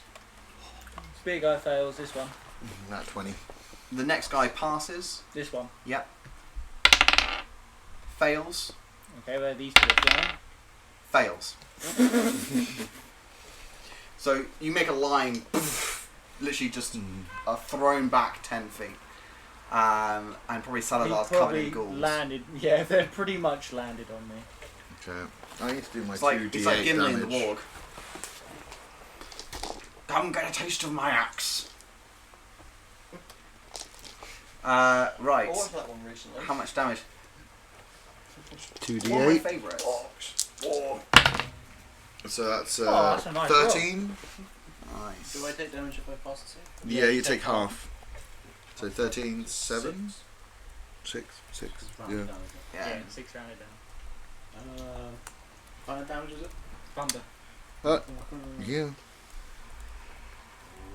Unsecured weeds. objects. That are you an object currently? Because you're on the No, floor. but my freaking halberd is. Yeah, the halberd flies and stabs against the wooden door. Is there and a just ghoul jangles. in between those two? There's what? Is there a ghoul in between those Because two? it'll be up next to them, so they're all on the floor, so it just No. flies. Right. Anything else for Dragon? I mean, they all went well back. Bonus action. I can't do like a dagger or anything as a bonus action, No. can I? No, it's still an action.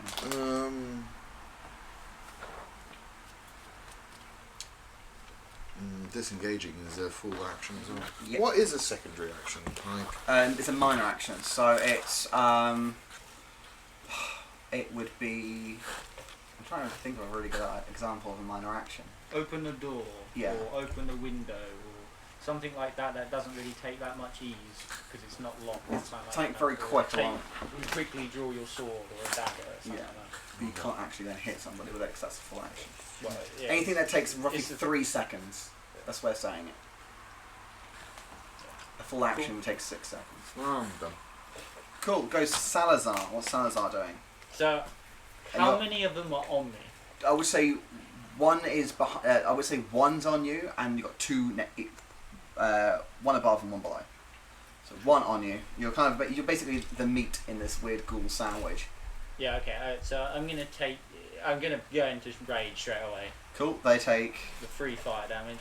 3 fire damage. One the one above you on you explodes in fire and starts burning on top of you. Is he dead? He's dead. I'll roll him off the side of me. I Okay. guess. The one that's, yeah, I'm gonna get up, and I assume this guy is on the floor because Yes, they're they're all prone on the me. floor. The only thing I can think of doing right now is he's on the floor. I'm gonna take my little sickle from my side, and I'm literally gonna just come in and cut this guy up. Cool. Roll hit. You get advantage because he's on the floor. That is a 22. Definitely hits. Yeah. 7 damage on the first hit. Yep. Yeah, boy. Nice. For fuck's sake. Double ones. And that was 5 damage on the second He's hit. looking pretty beaten up. You see I'm- loads of gouges across him. His intestines hanging out. I want to literally sort of Oh, stand God, over fuck's him, as if I'm just like that, just tearing him up with the freaking sickle, just coming in like that, but literally standing over him. Cool. Okay. Yeah. Ansem.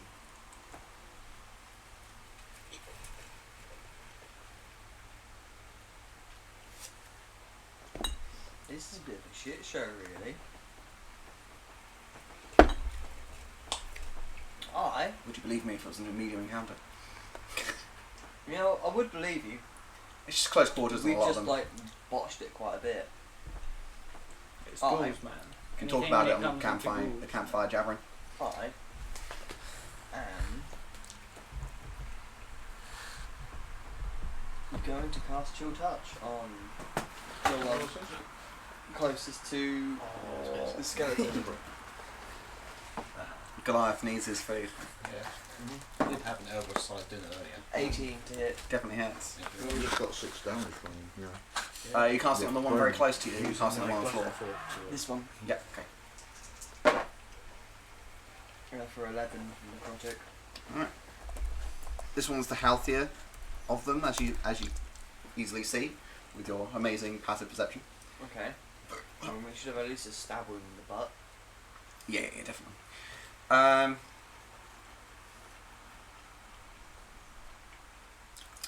Gink's turn.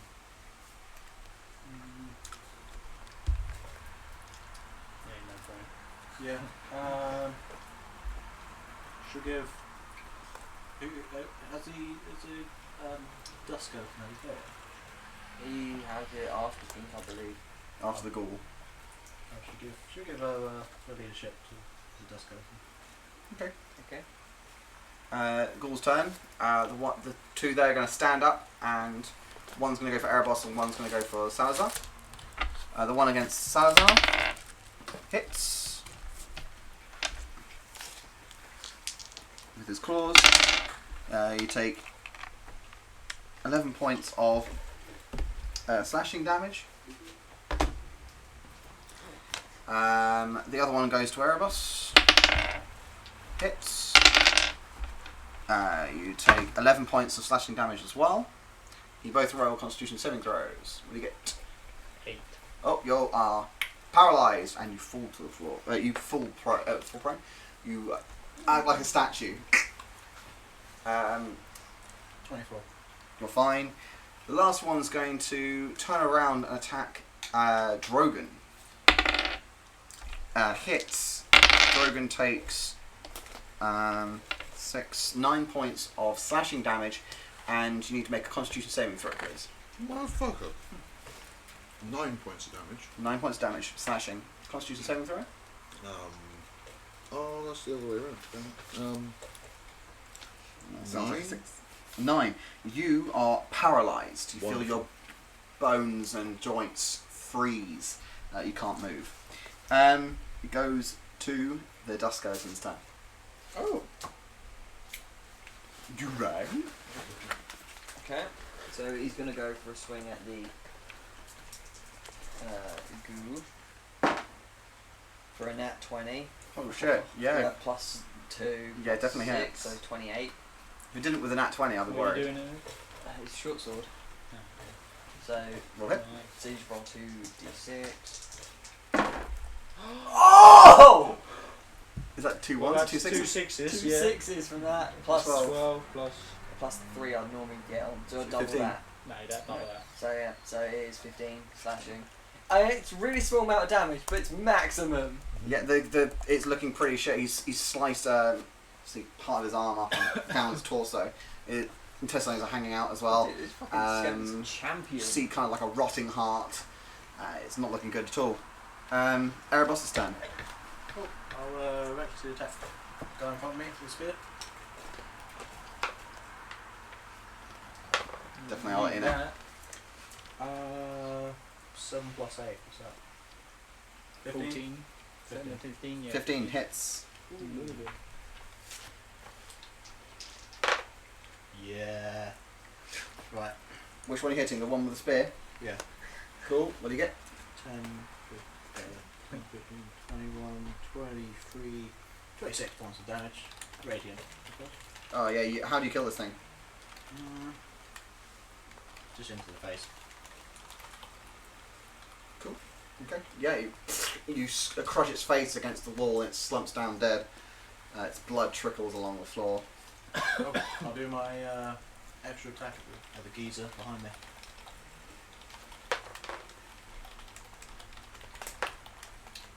Uh, 21. Yep. And 15, 20 points of damage. With that one. Right. Kills it. And I'll move in over here. Just go there. Yeah. That's it. Cool. Okay. It goes to Gerald. What's Gerald doing? Where's he? Give leadership to Salazar. Cool. And Drogon, you're paralysed. You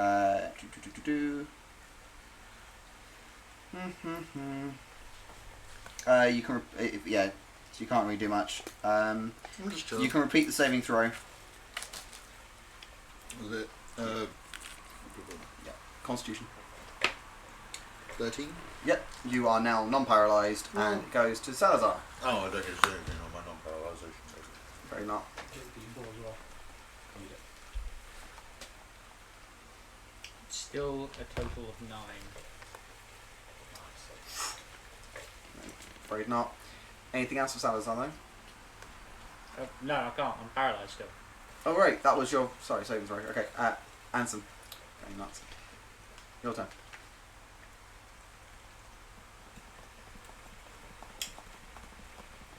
I'm just going to be really lame and she'll touch again. Cool. This one's kind of looking a bit shit. 16. Hits.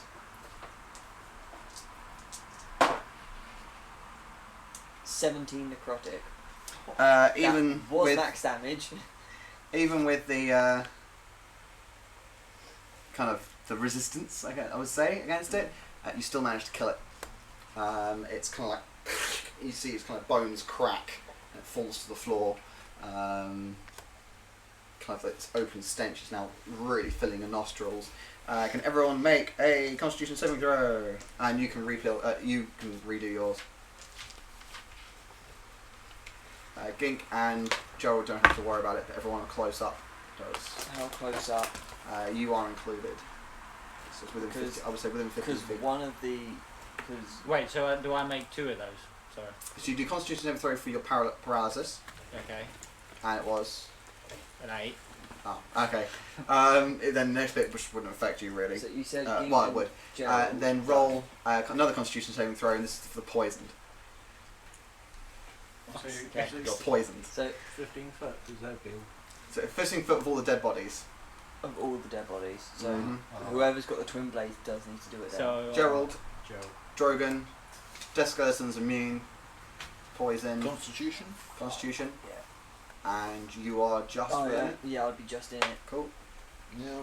Do you want to do another paralysis check? Because I really want to get out of that. I've got 15. Yay. I got 19. You pass. Pass. Cool. I got 10 and Gerald got Pass. 8.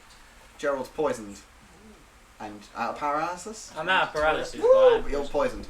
Cool, so I think everyone is... no, everyone apart from Ansem and Drogon are poisoned. And Arlo and Gink. So, Gerald, Erebos... No.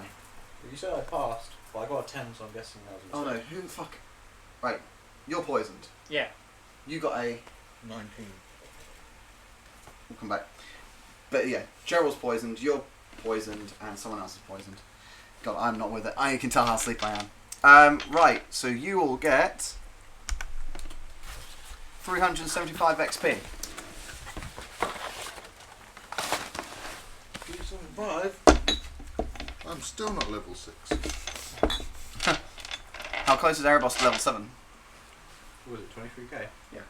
I think I need 2 more. Huh? 2,000 more, approximately. Very close, very close. But then again, he's only on 9 HP, so he might not make it. What was it? Is that 370? 375. 370. And those that are poisoned, just please make a note of it, because I have forgotten what I've done. Okay, 1 second.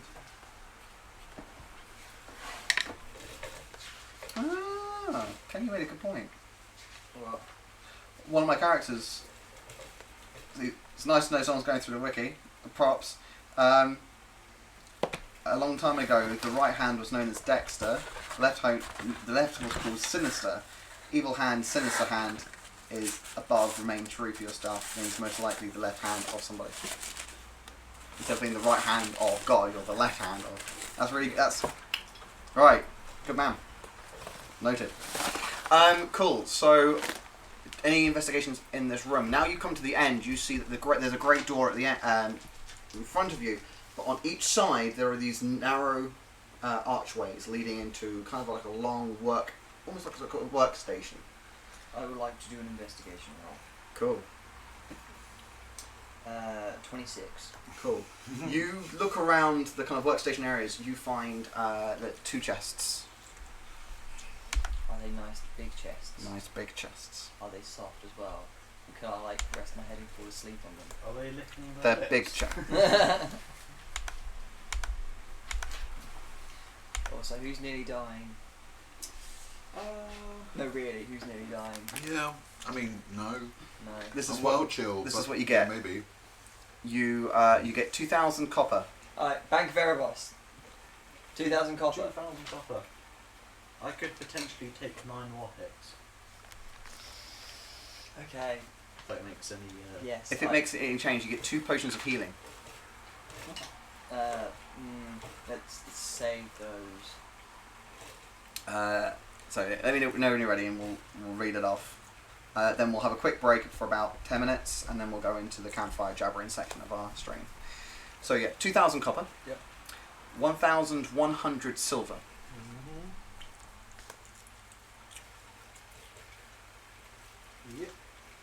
120 gold.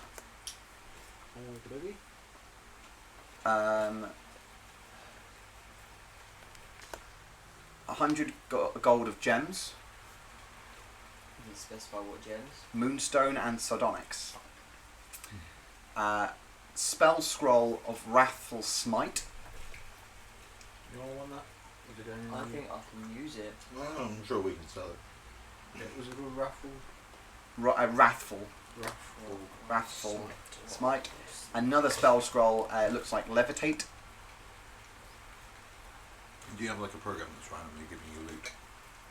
I put in the challenge rating, and it generates it for me, which is great. And it's, huh? How much are these worth? They are It's like the common is worth not that much. About I think 75 gold. Not even that. I think it's the spell scrolls like their level. It's basically the level of the spell, and then some. It's in the DM guide, I think, so we'll grab it. And then 2 potions of healing.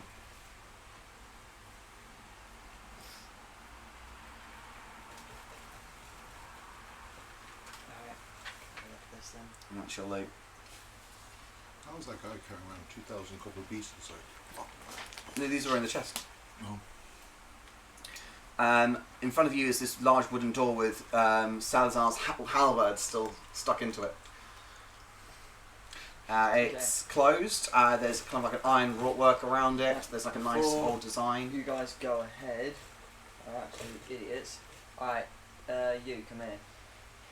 Alright. What? What? I'm going to cast Cure Wounds on him. Cool. For 13. 13. Yeah. Alright.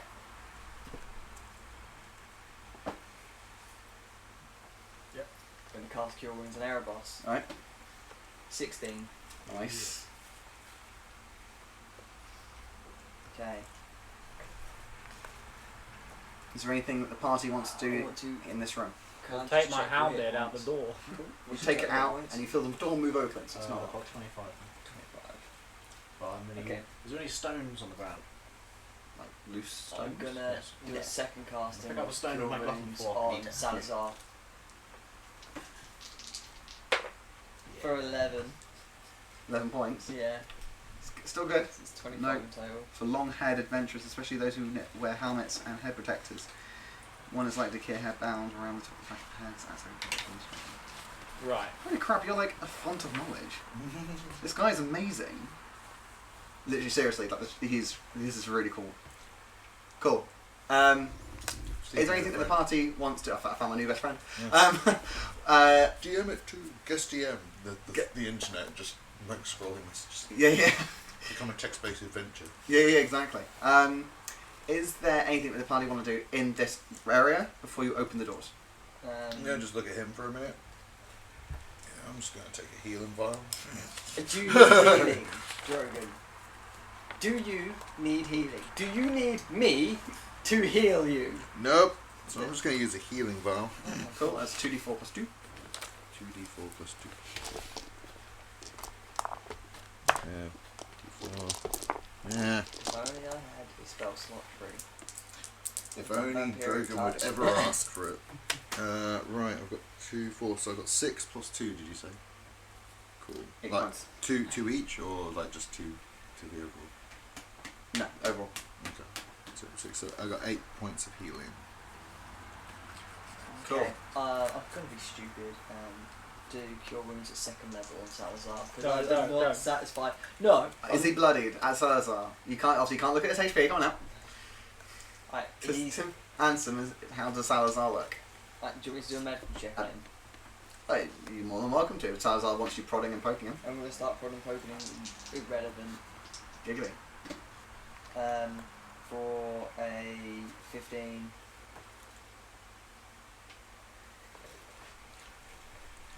So can I get a rough estimate of how fucked he is from a 15 medical check? Yeah, I would say you, I look pretty bad. Mm. There you go. So, Okay. Yeah, you sit there and go, oh, we could do a bit extra. yeah, But so, no more. No more. So this But is, it's up to Salazar. Salazar can go fuck off. you it's can not say my fuck off, choice. I'm going to hit him with the spell. This is irrelevant if he says yes or no. Okay, well, you do, man. Like, it's up to I Salazar. am in the doing. end. I am doing me. Good, And you do I'm yourself. doing it for 19. 19 points. Yeah. Go on, add 19 points as he touches you in the butt. I'm gonna have to kill him. Cool. Anything else in this room? Recklessly attack Salazar. Oh god! Alright, well the doors are closed. They are not locked. So can we Who's opening the doors? have a sleep? I'll open the doors. Long rest? Long rest anyone? You Oh, open, We're still you on open time. the doors and it leads to a small room. There is nothing in the small room apart from small amounts of urns and vases and a few odd kind of trinkets, like offerings. And there is another set of spiral stairs. And that'll be level 3. But we'll go to that next session. So we're going to cut for a break, and then we're going to come back with our campfire jabbering session, which is basically us just chatting, answering questions, anything about the setting, our characters, our previous characters. We'll talk about the session and what's gone on, and we'll probably ask each other crazy questions about D&D and other stuff. So yeah, stay tuned. We'll be back in 10 minutes.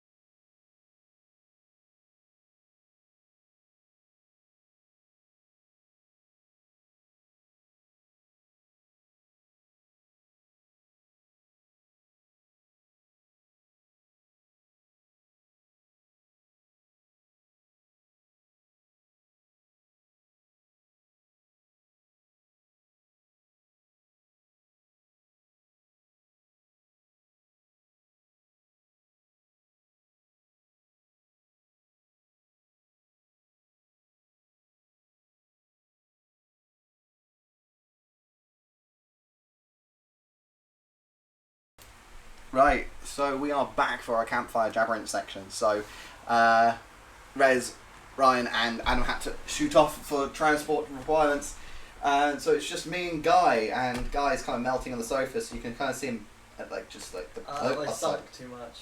that side of the screen. I'm probably going to sit this side of this chair. So, this portion of the live stream is just kind of like relax, chat about what the hell just happened over the last kind of 3 hours, and kind of obviously ask each other questions, say, right, I know, what was your character thinking at certain points, why did you do this, and obviously gives us a chance to answer questions from yourselves. If you have any questions about our characters, obviously DM character-wise, and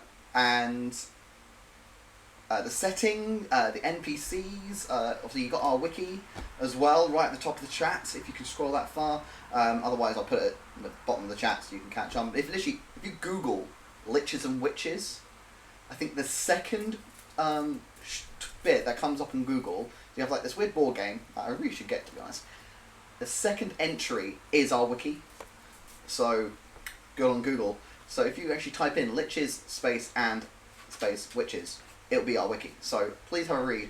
It's not 100% there, mostly because, and this is the interesting thing about really the stream, is that we're currently testing the stream with this homebrew campaign, which we started back in October, and we only started streaming in, I say October, obviously last year, and we only started streaming 2 months ago. It's been like a year. It's almost been a year.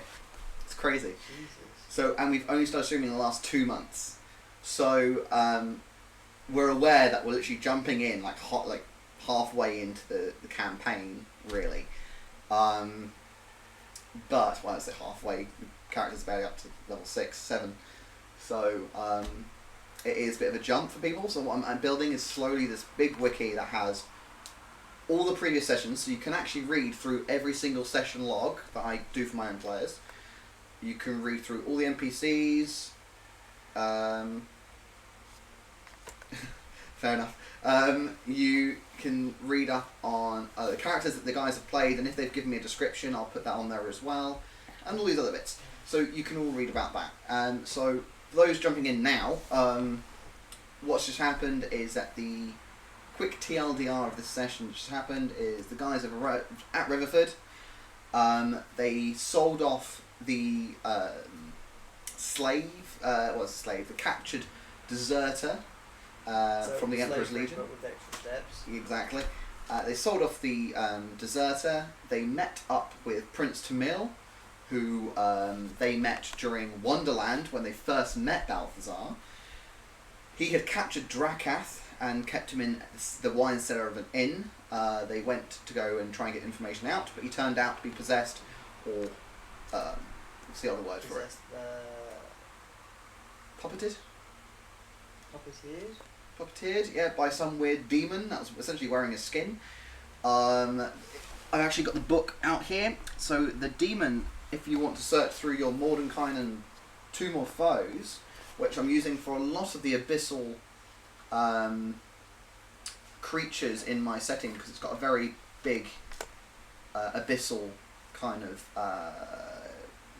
storyline to it, and you'll slowly realise how far it gets as you read through.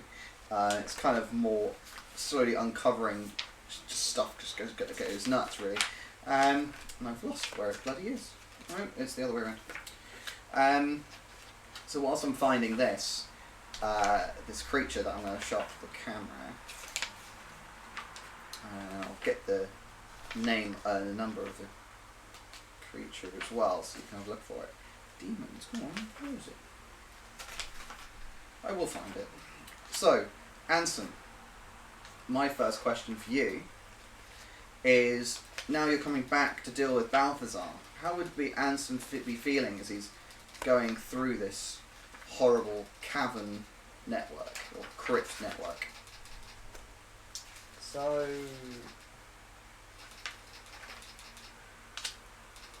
I don't know, like, because of what I am, it feels like I feel like I have an advantage somewhat being here. Mm-hmm. Because I haven't actually taken damage from anything bar Salazar's fire. Nothing hurt me, Mm-hmm. and it's only gone well for me so far.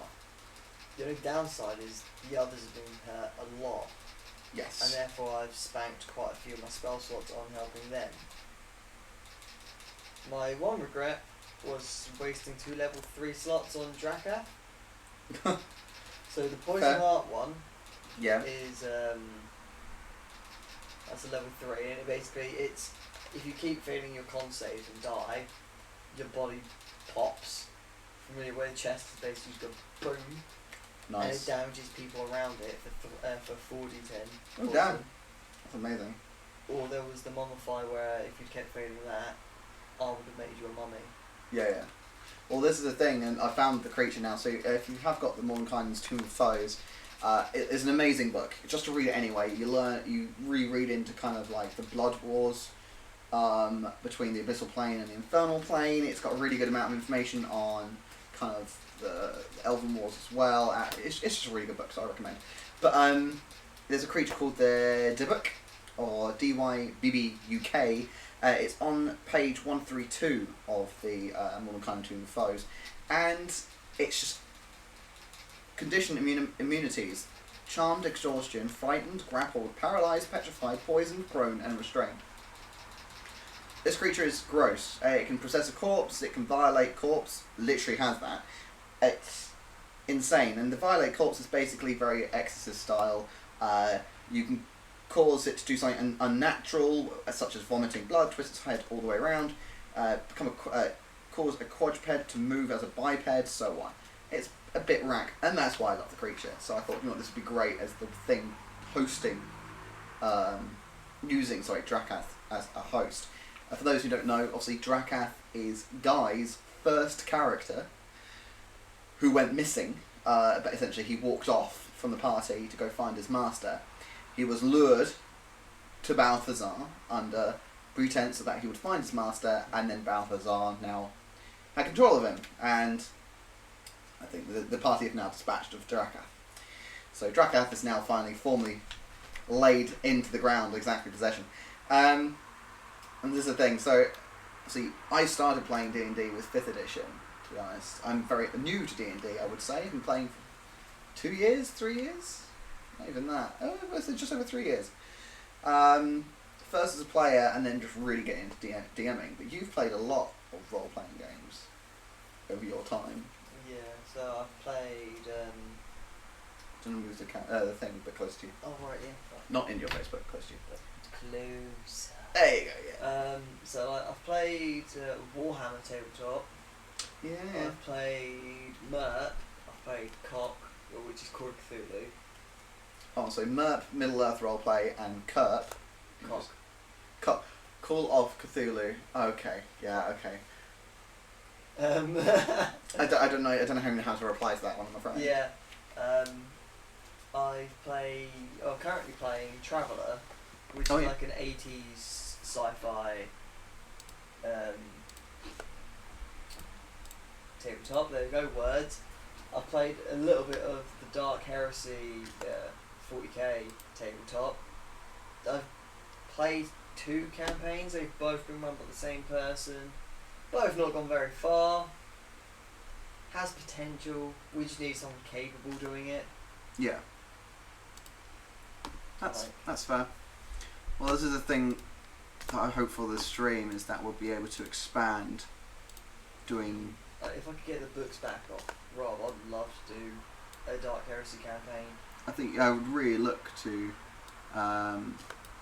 expand more on our days. Obviously everyone's got lives, so we've got to be careful, Yeah. but we can always split up into groups and do various things, and either film and host, or whatever. So So I think most people here like 40k to an extent. Like I know Ryan does. oh yeah, I think all of us have played 40k. I think Rez might not have. I No. think most of us have. Not so sure about Jay, but hopefully if he's in on the chat he can tell us differently. But brain just died again.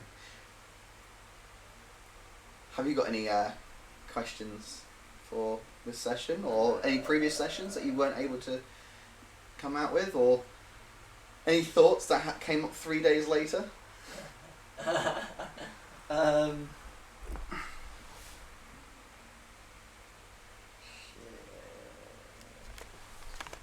Alright, so what were you gonna do if we possibly split the party with the whole Prince Tamil thing, where Tamil took the left path and we took the right? Because I was very tempted just to walk with Tamil because Drogon. So I wanted this kind of rush, almost, Right. for the end goal. I didn't really want to split the party, but I was sitting there going, right, well, I kind of want this end part to be Prince Tamil or you kind of thing. I want this almost to be like Wonderland, but not in its original way. So Wonderland was all this kind of like show. He was using it to gain your power. Now he gets no power out of this. He is literally just doing you over. This is it. He gets no power source from it. You broke that back in Wonderland. Everything he's doing now to annoy you is doing it because he can, and I want that, and I want that kind of extra bit of extra, because you rightly said, oh yeah, obviously he's here, but he's just annoying. Yeah. And I'm like, exactly right. He was doing it because he just could. He was doing it to get something out of you. Yeah. It was making you suffer for him to get more powerful away from his phylactery. But because you're in his lair, he's now doing it just because he can. And I wanted to kind of seed that hate. And by splitting you up from Prince Tamil, there are key characters in that group. You've got Prince Tamil, which you've fought closely with. You've also got Aoife. I can't pronounce it. Aoife, I think it is. Which is Arlo's previous troop member. Right. So when he comes back in next week, he'll be like, oh shit, if we win, she dies. Yeah. Prince Tamil dies. We fought together against Balthazar. But, who knows, there might be a way to stop that. So here's a question that I've got. Mm-hmm. Is Balthazar an actual lich? This is probably going to be more from like player to DM. Is he an actual lich, or is he He is a a lich. pseudo lich? He is a lich, but I have kind of... There is part of the story that's what you will find out as you go along, but there is a reason why he's not the CR20 level lich, Yeah, I or was gonna say, CR19, 'cause, because I would never like lead you towards a creature that high and expect you to defeat them or even try and survive. Like if he's a level 20, he'll just click his fingers and you will all just die. yeah, because like if you walk in and he goes power word kill, no one has over 100 HP, so it would be like the strongest fighter. So Erebos would say just dead. Well, that's the thing. So he is a lower level lich, but I've made that part of the story and why, and you will find out as you go through these the trials, but the crypts and the Yeah. different floors. But yeah, so he is a lich. He's a lesser lich, and I've got the stats for a lesser lich. Thank you to Google. Which I recommend if anyone wants to look in there. If they want to throw a lich at their party, but the party is too young, I think is the word for it. Look up lesser lich. It's really, really good. And you can also add some monsters alongside it, so it doesn't feel like he's being attacked by a load of people. But yes, he is most definitely a lich. Just a bit of background on Balthazar as well. Balthazar, when they first met or heard about Balthazar, was when they first arrived in Riverford. They heard kind of weird tales before that, but not really much. But they first got their proper introduction to Balthazar in Riverford, where they re-met Drakath, and he was promoting Balthazar's Wonderland, and the Wonderland was based off the Adventure Zone's Suffering game. If anyone wants to go listen to that, it's a really good podcast. It's done. Just search it up on Spotify or Google or whatever you use your podcasting needs. It's through I can't remember what network it's through, but I think it's like season 5 or 4 or 5 of their series. But Suffering Game's a brilliant arc, and I've basically adapted it and taken it apart a bit and made it a bit more dark, I like to think, and kind of worked it into my setting. So he's basically the head honcho of that, and the reason why the party went to them is that Arlo was following this Drakath character who was getting a bad kind of vibe off him. Arlo was attacked by Drakath and given 2 pamphlets, one for the Lightfoot Company circus performers, which Arlo was previously a member of, Arlo Lightfoot, and one for Balthazar's Wonderland. So he basically deduced that they must be there. So the party immediately went to Balthazar's Wonderland, and if we went to the map, if I try and get my mouse to work, there we go. We'll go over here. So Riverford is just here. If I zoom in, Riverford's there. And then the party went all the way, basically all the way here to Balthazar's Wonderland. And to go deal with Balthazar. And then they came back and went all the way back up to Oxenford. But, and this is the map here. So I will upload this onto a wiki at some point, but it's a kind of a high-res map, so I need to try and compress it down. But we'll sort that out another time.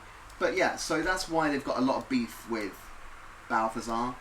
He has kind of screwed around with the party quite a bit. They've lost a lot of good power to Balthazar, and it was their first kind of step on their road to understanding these horrible arcane gates, Orcus, and his involvement with trying to establish power on the material plane. Are there any questions at all from our chat? And we'll also check our Google Forms as well, so I've not done that. Ooh, I've lost my cursor. Oh, there you go.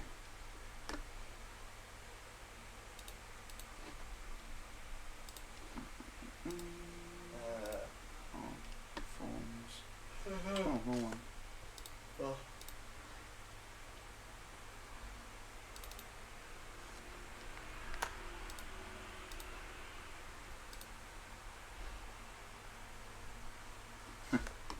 Fair enough, not to worry. It was basically just a quick catch up on Balthazar, and kind of what obviously he was doing to the party, and obviously everything's made by our guys here. So the tokens, if I switch back to the action camera and try and get my mouse working because it's being a pain in the backside at the moment. So all the tokens that are painted by Adam. He's a fantastic miniature painter. He also does his own scenery as well. That's all obviously his place because he hosts a set of games as well, which I'm at some point really wanting to try and bring into our own game, but we're gonna have to wait for space and things like that. But so he does all the painting for our miniatures when he can, and then we all do as much as we can for the stream, so it's really, really good. Let me just go back to the map so you can see that. Well, I'm awful with drawing by hand, and my miniature painting, like the ones that are there are some here that are painted that are done by me. These are very old. Well, most of them here, all the miniatures that you're looking at, and I'll go back to the action cam. All the miniatures that you're looking at are the old Lord of the Rings Warhammer miniatures, back when I was a very young teenager, and trying to paint, and I'm not amazing at painting. I seem to be alright at 3D like software stuff, but I'm awful at painting, and by hand, just awful. So it's really good to have people in our stream, in our group that are really good at it, because it means I can just get them to do it, which is fun. Haha. kind of put that across back to the map as well. I'll scroll out as well so you guys can see a bit better. So that's kind of the continent they're playing in. It's called Avencia. It's the kind of the remnants of the Theodoran Empire. Again, you can read about it in our wiki. There is a bigger map, which is obviously not available at the moment because I just haven't explored it, but it is kind of where most of the main action is taking part in. And they started off in this little town here, with Amberglade, and then they made a route around down and up, and I will do a kind of a footsteps almost of where they've been through the 34 sessions that we've done.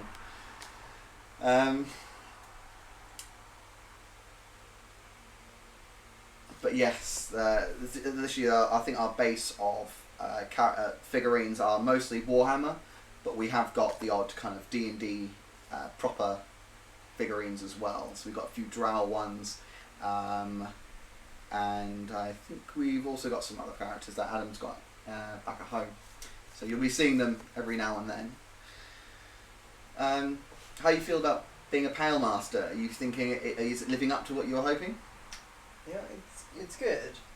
The struggle that I'm having at the moment is coming across beings resistant to necrotic, because I'm in this weird thing of, as a Pale Master and near enough a death mage, I'm actually quite ineffective against undead because they're resistant to my main damage type. Necrotic, yeah. Or poison. Or poison. In all fairness, I also have the resistance to necrotic, which I've been waiting to pull out, but it's never happened. Yeah. And like my next big plays are like level 14, where the life drain things where your maximum hit points just drop. That won't work on me at level 14. It's like, yeah, level 14. It's taken me ages to get to 7 though. Well, yeah, man. Like, it's one of those things where once you get to level 7, all the enemies will ramp up. They'll start being really kind of bring in the XP, but it just means you've got more chance of dying. Well, I do think like we need Arlo really. Like, it's good having barbarians.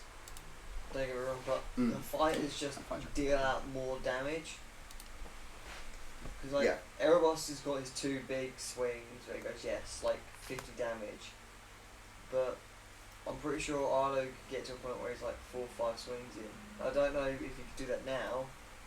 You can get 2 swings at least, can't you? Yeah, because I think barbarians only get their 2 attacks. I think the fighters get their action surge. They get action surge. I think they get a third attack. They get more extra attacks. I think they get 2 or 3. I think they get up to 3. I don't think they get 4. I think they do.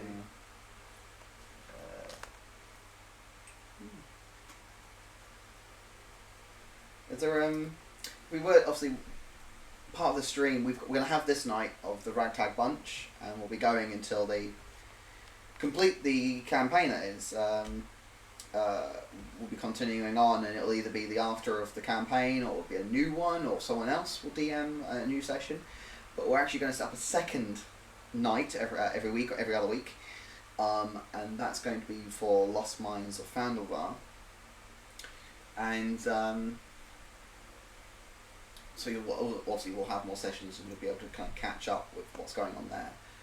But for your Lost Mines, can you give any inkling onto what sort of character you're thinking of building? We'll be rolling it in production, so we'll be filming us building the characters. We won't be live. We'll have to post it. Do you want me to tell you what I've been planning, or just a hint to it? Just a hint, a couple of kind of teasers for what Guy's character for Elmot will be. Thing is, I thought this was a really cool, unique idea. Then I found out it really wasn't a cool, unique idea, and loads of people do it. I'm like, oh.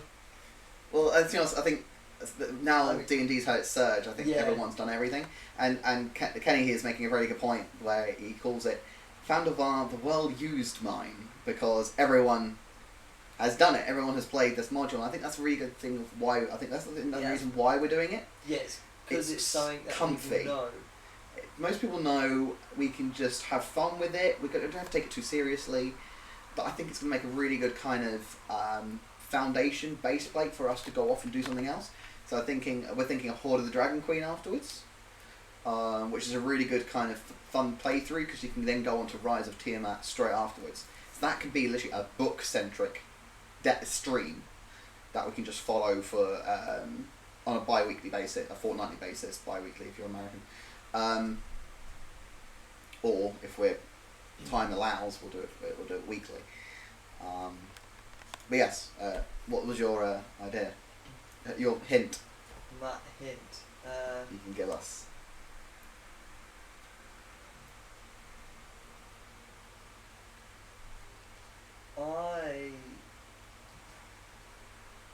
I guess it's the closest thing to an organic robot, technically. Interesting. Not Warforged. Okay, not Warforged, and it's close to an organic robot. Yeah, just with how it acts. Okay, I'm very intrigued. Is this standard races or extended? It is extended, I believe, from Follows. Bolos. There we go. Interesting. Okay, well, I'm looking forward to seeing that. So, we are being a bit slow with the whole Lost Minds of Fandavar setup, mostly just due to time and working out what days are free. But what we're planning on doing is recording us building the characters, like the dice throws, the choice in class, subclass, class, background, and so on. Then we'll be doing like kind of, once we've done that, kind of like teasers. We're going to get some art through a friend, just because I can't really draw, and we prefer just outsourcing our art, it seems. So we're going to get some art done. So we're going to do some intro videos. So we're going to be doing like character 1 intro, and then it'll be like a bit of animation with the voice recording of the person who's playing it, so either Guy, Adam, Jay, myself, whoever is not DMing basically, and kind of having that sort of thing, and we'll be releasing those steadily, preparing then for when we actually start the LMOP start. So obviously make sure you follow us on Twitch, so that way you know when we're actually streaming, because we'll be moving to Mondays next week, and we'll be staying on Mondays, just due to a shift in how we, when we're free, basically. So make sure you follow us, and you know when we're streaming, and then we'll let you know what extra days we're streaming as well. We've also got a YouTube channel, which has all our previous episodes on, not all 34, I think we've got 6 episodes on there, I think. I think the first episode on there is one of basically approaching Oxenburt, which is one of the main old capitals of Vencia up in the north. So it's basically their fight against the Doctor, I think it is. So jump onto there, make sure you like and subscribe videos and the site as well, because that way you can get updated on when we put our videos from Twitch and save them onto YouTube as more like an archive. And then obviously we've got our wiki, and I try and update that as much as possible. Alright, okay, and yes, I will make an aim to get the Whispers sorted as well. But I also, that's a very good point, I'll make a Google form on suggestions. That'd be really good. That's a really good idea. I'll put that up. So we'll do that, and I will put that in our YouTube links, in the description of our YouTube, and I'll also put that in the stream chat at the start of each day as well, that we stream. So that's a really good idea. We'll do that. So if there is any questions left from chat, or Guy, have you any questions just before we finish up for the evening? I'm try my hardest to think of one right now, because like, I feel like you're carrying this and I'm just being the lazy git here. That's a bit mindless right now. It's been a long day. It has. It's been a long day. Long Tuesday. No, it's fine. Like in the end, like It's been. I feel like today's been a really good actually, session. We've got a lot So, done.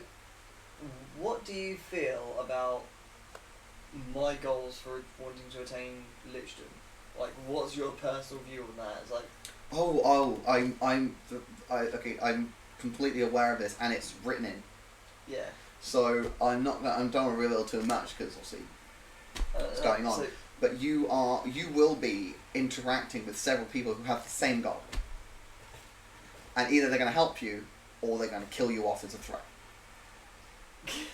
I love how my mentality of it is like, well, they're going to either help me defend it or they're going to Yeah. die. Or they're going to join you in the thing of, oh, we'll do it together. And the other thing is, with players, not just me, but any player who wants to become a Lich, how would you do that? Like, statin them? So that's a really good question. Because this is something that It's a difficult one because Yeah. you don't want to be a level 7, like hypothetically, if you achieved it at level 7 somehow, I will not give you the CR20 Yeah. because that's just ridiculous. I would probably go and stat it with you. I'm sure there's a load of compendiums online as well as an actual class Yeah.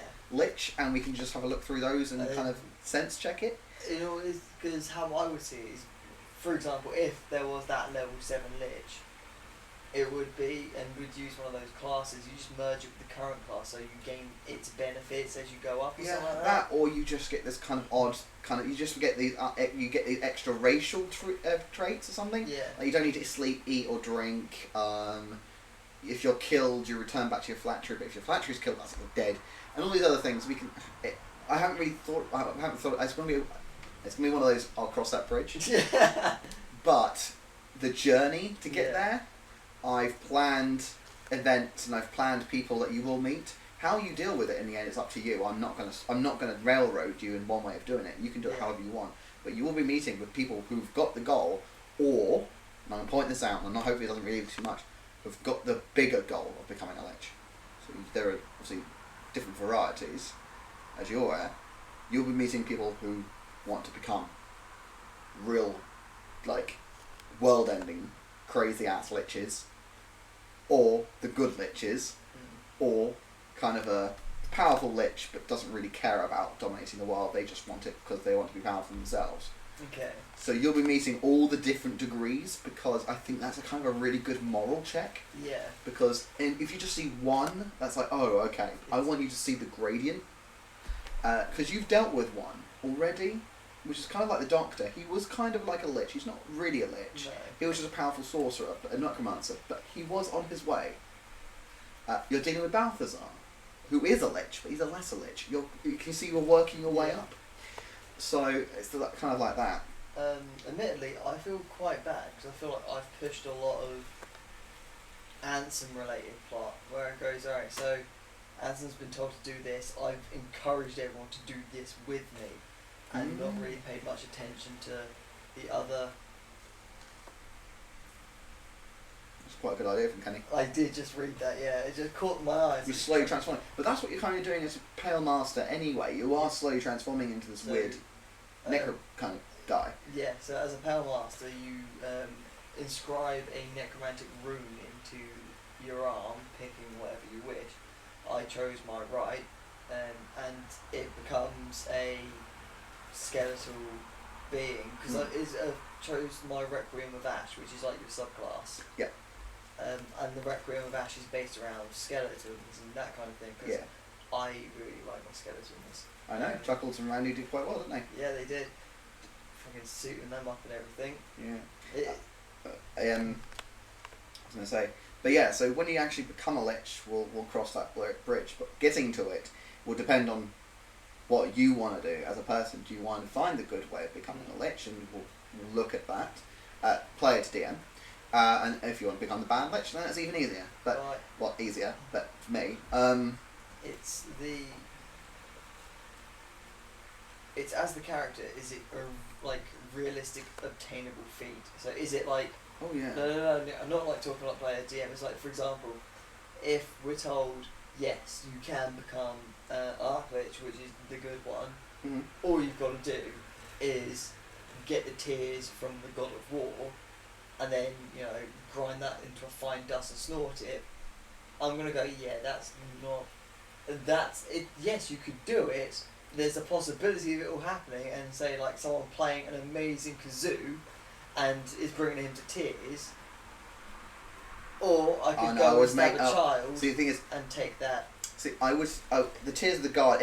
I would always make it interesting. So, however it's written in it, I would take that as the baseline and then make it interesting. So, go get the Tears of a God or the God of War. Excellent. But would I make it metaphorical in the sense of tears, or would it be the literal form of tears, or would it actually sensibly that you have to somehow make him cry? And something like, it's a God of War, so you've got to do something crazy to actually make him cry, not just go and he's so happy. I would have to make it proper difficult, and I wouldn't want to serve it onto a play. I would want to make it challenging, not impossible, Yeah. but relative. So if you try to do it at level 7 straight away, just that, you will probably die. Oh, good. I would make you do, like, you would have a ridiculous amount of checks, or you would have a risk of becoming this other being, and these other things. But I'll always make it interesting for you, and we'll always cover that. Demonic empowered lichdom. Don't. Yeah. Oh, well, don't entice them by these things. Don't exacerbate the matter. What I'm actually going to point out, it's actually very interesting. He said level 1 he could easily be pacted with a minor devil or something. So, amusingly, It's Azure. Adam's previous character, Adam's playing as Salazar, 2 characters ago. So he was previously Red Jenny, which you can watch in the previous episodes. Before then, he was playing a character called Azure, which I think you can also still watch in previous episodes. That's how little time difference there were. He was a warlock who made a pact with the devil to collect 10,000 souls. And he eventually completed his bidding, completed the deal, basically. He got the 10,000 souls.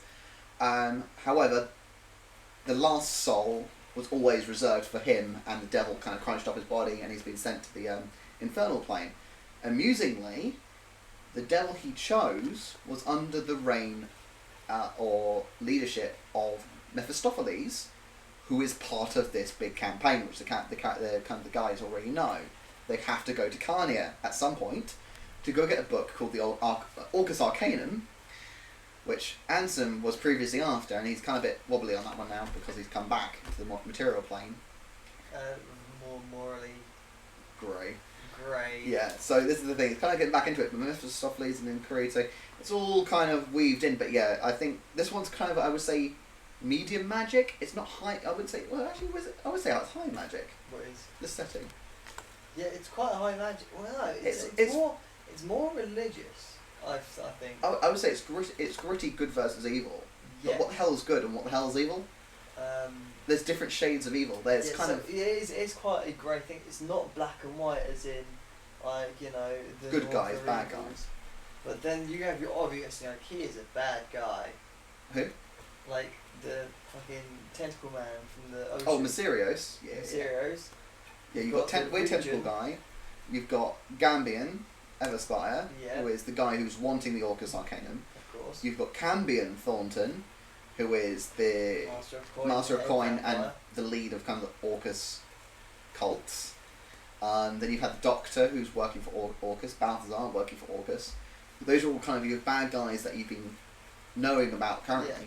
And then you've kind of got your good guys, which is, so far, the Order of Denier. They are very, very outnumbered, as you're slowly realising. What I'm going to do is, because it's getting quite late now, so I'm going to call it a night. Yeah. So if you haven't followed yet, make sure you do. I am going to take, obviously, all the notes in our chat as well. Obviously, Kenny, you've been great. I am going to take note of everything, and I'm going to put it in my logs. I'll put in that little suggestion thing as well. So obviously, please come back next week on Monday. We'll be around. We'll be looking forward to hearing from you.